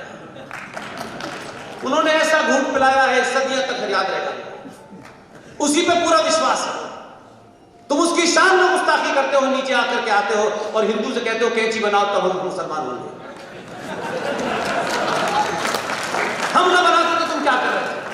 तुम्हारी स्थिति तो आज ये है कि 2021 के भारत में अफगानिस्तान के अंदर जहाज के परों पे लटक के जाए। अल्लाह मियां की भेजी हुई चिड़िया है क्या? तुम तो 21 में तुम्हारी हालत ये है, क्योंकि तुम्हारे दिमाग में बैठ गया है कि जमीन गोल नहीं चपटी है, अब इसका इलाज नहीं हमारे पास। इसलिए आप कुछ कुछ चीजें देखिए। भारतीय समाज में, हमारे साहित्य में गाली नाम की कोई चीज ही नहीं थी, और जितनी गालियां हैं सब मां और बहनों के प्रति है। आप उसे गाली कहते हैं क्योंकि आप उस सभ्यता के वाहक हैं जहां मां और महिला का दर्जा बहुत ऊपर था, क्योंकि उनके सरोकारों में उस रिश्ते की कोई सीमा नहीं है। इसलिए मां और बहन की गाली वो इसीलिए देते हैं कि सच में वो ये करते हैं। लीगलाइज उनकी। लिहाजा places of worship act 1991 supreme court में विष्णु शंकर जैन साहब ने चैलेंज किया है, लेकिन यहां प्रयागराज के तमाम बुद्धिजीवी वकील और जजेस साहिबान से मेरी अपील है, और यहां कोई सियासी लीडर बैठा हो या सियासी लोग आपसे मिलने आने वाले हो, क्योंकि वक्त आ गया है, जल्दी आएंगे आपके पास, रात में भी आएंगे, सुबह भी आएंगे। आप अपने लिए कुछ मत मांगना, पहली बार कह रहा हूं। इसी संविधान में एक रास्ता आपको बता के जा रहा हूं। 3 दिन बाद में गुजरात में हूं, वहां भी ये रास्ता बता के आया। संविधान की धारा 254 ब्रैकेट में 2, इस धारा के तहत अगर भारत की सरकार ने कोई कानून पास कर दिया है और उस कानून के अंदर आपने ये सोच करके कि इसके ऊपर ये मुद्दा नहीं है, अपनी मर्जी से आपने उसमें से अयोध्या को अलग कर दिया है, तो उस प्रावधान के तहत उत्तर प्रदेश में 15 तारीख को मैंने सुना है कि यहां सत्र शुरू हुआ है। कुछ चीजें करने की होती हैं और कुछ चीजें मांगने की होती हैं। इसलिए अंग्रेजी में कहावत है, strike while iron is hot. धारा 254 ब्रैकेट में 2 के तहत अगर उत्तर प्रदेश की विधानसभा ये प्रस्ताव पारित करे कि प्लेसेस ऑफ वर्शिप एक्ट 1991 के तहत जो कानून पूरे देश में लागू है उसे उत्तर प्रदेश से अलग कर दिया जाए। यह पास होगा, उसके बाद राष्ट्रपति के पास जाएगा। आप समझदार लोग हैं, राष्ट्रपति भी आपने पड़ोस में भेजा है कानपुर का, इसलिए कह रहा हूं, डराइए धमकाइए लेकिन उतारिए मत, इसलिए कि इन्हीं से कराना है। अब कोई और आएगा, हम उसका यकीन लूटेंगे ना, इनको कोई भागने का रास्ता नहीं देगा। बार बार बिठाइए, ये क्यों बिठा रहे हो? तो तुम्हें अच्छा लगता है इसलिए बिठा रहे हो, बैठो बेटा इसमें एक बार। जैसे ही राष्ट्रपति साइन कर देंगे, उत्तर प्रदेश के ऊपर प्लेसेस ऑफ वर्शिप एक्ट से उत्तर प्रदेश खाली हो जाएगा। फिर आप जगह जगह जहां जहां आताताइयों ने आपके मंदिर तोड़े हैं, आप वहां मंदिर बना सकते हैं।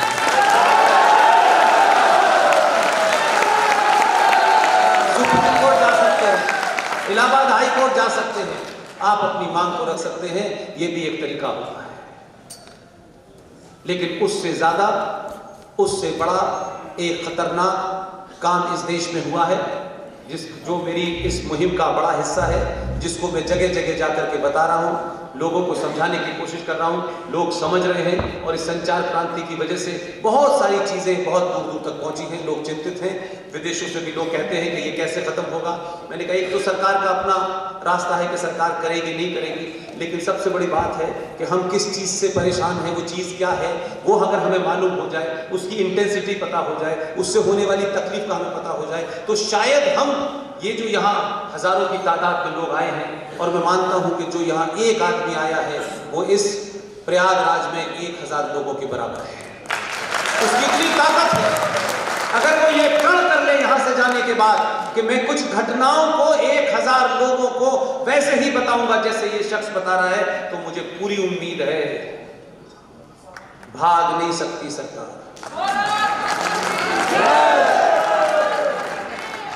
1923 में अंग्रेजों द्वारा एक कानून बना, उस कानून का नाम है वक्फ प्रॉपर्टी कानून।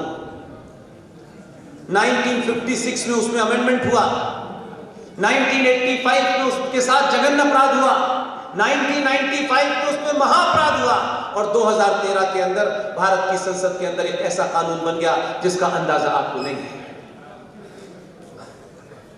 वक्फ प्रॉपर्टी कानून बना, ऐसा कानून है जिसे सुप्रीम कोर्ट को 10 बार देखना चाहिए। ऐसा भी कानून हो सकता है, एक तरफा कानून बन गया है, लेकिन इस पर चर्चा नहीं हो रही। इस पिटीशन का टाइम ही लंबा लंबा आता है, 5-5 सरकारें निकल जाती हैं। वक्फ प्रॉपर्टी कानून ये कहता है कि जो वक्फ बोर्ड है, इस वक्फ बोर्ड के 2 कारिंदे, 3 कारिंदे, 1 कारिंदा, अगर ये हॉल जहां आप बैठे हैं, जहां जजेस साहिबान भी बैठे हैं, वकील भी बैठे हैं, वो ये कहें कि ये वक्फ प्रॉपर्टी पे बना है, तो उन्हें साबित नहीं करना, कागज नहीं दिखाने, जो इसका मालिक है उसे कागज दिखाना। उसमें अगर ये एप्लीकेशन दे दें तो जो यहां का मालिक है उसको नोटिस भी नहीं देना, नोटिस देना भी जरूरी नहीं है, उसको पता भी नहीं है कि किसी ने इस जगह पे क्लेम कर दिया है। 3 साल के बाद इस मालिक को धक्के देके इस कमरे से बाहर निकलवाने का उसके पास ताकत है। वो कॉम्पिटेंट अथॉरिटी से कहेगी इसको खाली कराइए, और जो आदमी निकलेगा नहीं, जो यहां का मालिक होगा, उसको उस लॉ के तहत कहा गया है आप इंक्रोचर हैं, इसलिए आपको निकलना पड़ेगा। शब्द इंक्रोचर लिखा है उसके अंदर, यानी जो जिस प्रॉपर्टी का मालिक है वो बेचारा इंक्रोचर है, उसको नोटिस भी मत दीजिए, उसकी सुनवाई भी नहीं होगी। इसके तहत जज साहिबान से पूछता हूं, मेरे और आपके पैसे से पिछले 70 सालों से, जिसे आप मोहब्बत की निशानी कहते हैं, मैं उसे तकलीफ की निशानी कहता हूं, उसका रखरखाव हो रहा है मेरे पैसे से। आर्कियोलॉजिकल सर्वे ऑफ इंडिया उसकी मरम्मत कराएगी मेरे पैसे से। वक्फ प्रॉपर्टी बोर्ड ने ताजमहल पे क्लेम किया, ताजमहल आप वक्फ प्रॉपर्टी की जमीन हो गई है, उनकी बिल्डिंग हो गई है, इनके हाथ में सिर्फ ये है कि ये उसकी पुताई कराएंगे। इसका 2005 से आज तक सरकार भीख मांग रही है, आर्कियोलॉजिकल सर्वे ऑफ इंडिया उसको वापस नहीं ले पा रही है। उन्होंने कोई छोटा मोटा डाका नहीं डाला, इतना बड़ा डाका डाला 2005 से, और ये शुरुआत है। कोई बताने वाला नहीं है कि सड़क के ऊपर मजार क्यों बन रही है, हाईवे पे मजार क्यों बन रही है, ये मस्जिदें चौराहों पे क्यों बन रही है, कोई पूछने वाला नहीं है। हम समझते हैं बेचारा पुलिस वाला जो है वो हटाता नहीं है। उस पुलिस वाले को किस कानून के तहत वो रोके? क्योंकि संसद में पास कर दिया है। उन्हें बताना ही नहीं है कि यहां हमने मस्जिद क्यों बनाई है, यहां घोड़ा बाबा है या कुत्ता बाबा है या फलाने बाबा है, जगह जगह समझदार लोग, कोई पूछने वाला नहीं, कोई ऑर्डर नहीं है कि सड़कों पे मजारें मस्जिदें बन कैसे रही है भाई, और वो ये जानते हैं। इसलिए सरकारी जमीन पे तो कोई पूछने वाला नहीं, उसमें लिखा है प्राइवेट, पब्लिक, ट्रस्ट, मंदिरों की जमीन वो हड़प रहे, कोई पूछने वाला नहीं। और हम कह रहे हैं भारत माता की जय, आप भारत माता की जय का नारा लगाइए। और इस भारत माता को, जिसको आपने इतने लाखों लोगों को मरने के बाद लिया था, आपकी चुप्पी और आपकी खामोशी में इतनी बारीकी से लोग काम करते हैं और आपको पता नहीं होता। आप तो जब पता करते हैं जब आपके घर तक तलवार लेके कोई नहीं पहुंच जाता। पिछले 47 से लेकर के टिल डेट जिस राष्ट्र को बचाने के लिए हमारे दलाल नेताओं ने यह समझौता किया, भाई ठीक है भाई अब इनको अलग ही कर दो, ये हमारे से मुसीबत छूट जाए, तब से लेकर अब तक भारत के 29 राज्यों में से 9 राज्यों में हिंदू अल्पसंख्यक है। एक राज्य में 2% है, एक में 3 है, एक में 7 है, एक में 9 है, एक में 25 है, एक में 36 है। 9 राज्य में हिंदू सनातनी इतना अल्पसंख्यक है, लेकिन हिंदू कह रहे हैं भारत माता की जय। भारत माता कहां है? 9 राज्यों में नहीं। और उस पर कमाल की चीज हो रही है कि जो नेशनल कमीशन फॉर माइनॉरिटी बना था, उसने ये कहा, जब हमने पूछा तो उन्होंने कहा साहब हमारे पास तो कोई बेसिस नहीं है, ना इसकी कोई डेफिनेशन है। एक मंत्री को लगा कि बना देना चाहिए, बना देना दिया, क्योंकि 1984 में जो सिखों का दंगे में मारे गए थे उसमें 90% मुसलमान शामिल थे। उन्होंने अपनी कीमत मांगी, इन्होंने उनको वो दे दिया। तो आप सोचिए कि नेशनल कमीशन फॉर माइनॉरिटी जब बना, जब राष्ट्रीय स्तर पर यह तय किया गया कि ये 5 मजहब के मानने वाले, पंथों के मानने वाले अल्पसंख्यक, झूठा सही, थोड़ी देर के लिए मान भी लीजिए, लेकिन जघन्य अपराध क्या हो रहा है उसमें भी कि राष्ट्रीय अल्पसंख्यक आयोग किसी आसाम में बैठे हुए मुसलमान को, किसी लक्षद्वीप में बैठे हुए मुसलमान को, किसी पंजाब में बैठे हुए मुसलमान को, किसी कश्मीर में बैठे हुए मुसलमान को, यहां से जो उसको मदद देना चाहता है वो जा रही है,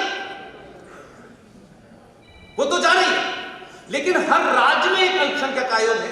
फिर दोबारा से तो लक्षद्वीप जहां 98% मुसलमान हैं, जहां 2% हिंदू रह गए हैं, वहां का अल्पसंख्यक आयोग यह कहता है कि मेरे राज्य में 98% माइनॉरिटी है, 2% मेजॉरिटी है, मेरे ही टैक्स का पैसा फिर वहां से उसी मुसलमान को जा रहा है।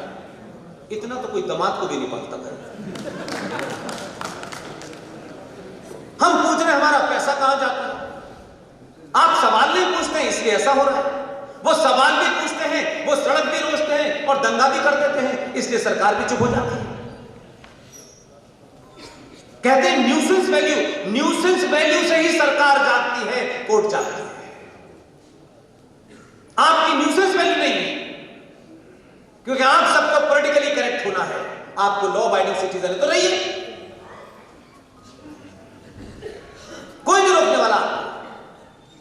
लेकिन अगर ये चेतना जग गई है तो मैं फिर कहूंगा कि आज का प्रोग्राम सनातन इस संगठन ने किया है, मुझे खुशी है। इतनी तादाद में जब आप आते हैं तो मेरा भरोसा और बढ़ जाता है।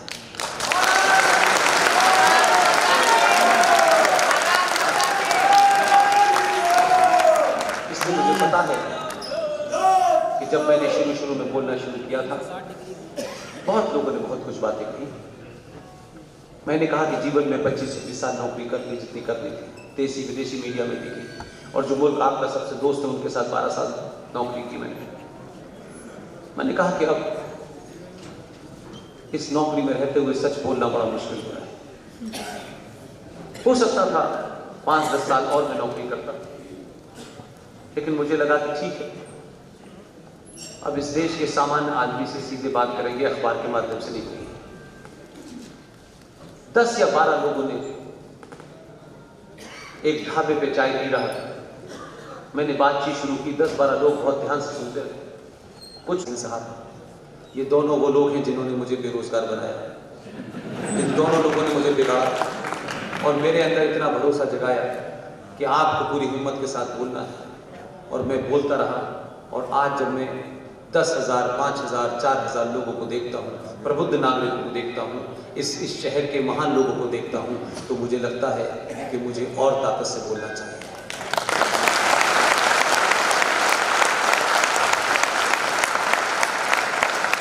इसलिए हर दिन, हर परंपरा, हर रिवाज जो आपके परिवार में है, आप ब्राह्मण हैं तो ब्राह्मण की परंपरा, उसके रिवाज, उसके रीत, सब कुछ करें, कोई उसमें बुराई नहीं है।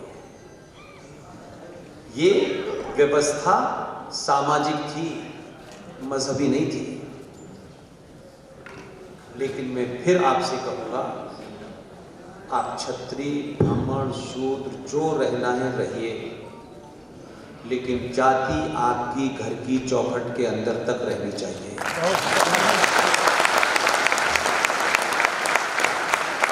और दूसरी मेरी गुजारिश है, हम बहुत सारी बातों को शायद देखना पसंद नहीं करते, सुनना पसंद नहीं करते, और जो भीड़ कह रही होती है उसी को सच मान लेते हैं। आपके घर में जो बेटी 19 से 20 साल की है, आप उसे अपनी बेटी कम दोस्त की तरह ज्यादा बात करें और उस बेटी के साथ संवाद करें। उसके मन में भी इस समाज में जो बदलाव हो रहे हैं, उसने भी तैमूर की अम्मी को समझ लिया है कि यही खूबसूरती की परिभाषा है। खूबसूरती क्या होती है, सनातन में क्या है, उससे इतना संवाद करें कि उसके मन में कोई ऐसा सवाल न रह जाए, उसके मन में कोई ऐसी जिज्ञासा न रह जाए, उसको कोई इन्फिनिटी कॉम्प्लेक्स ना हो जाए, वो घर के अंदर रहते इतनी अलग थलग ना हो जाए कि वो किसी दिन पंचर वाले से बात करने लगे।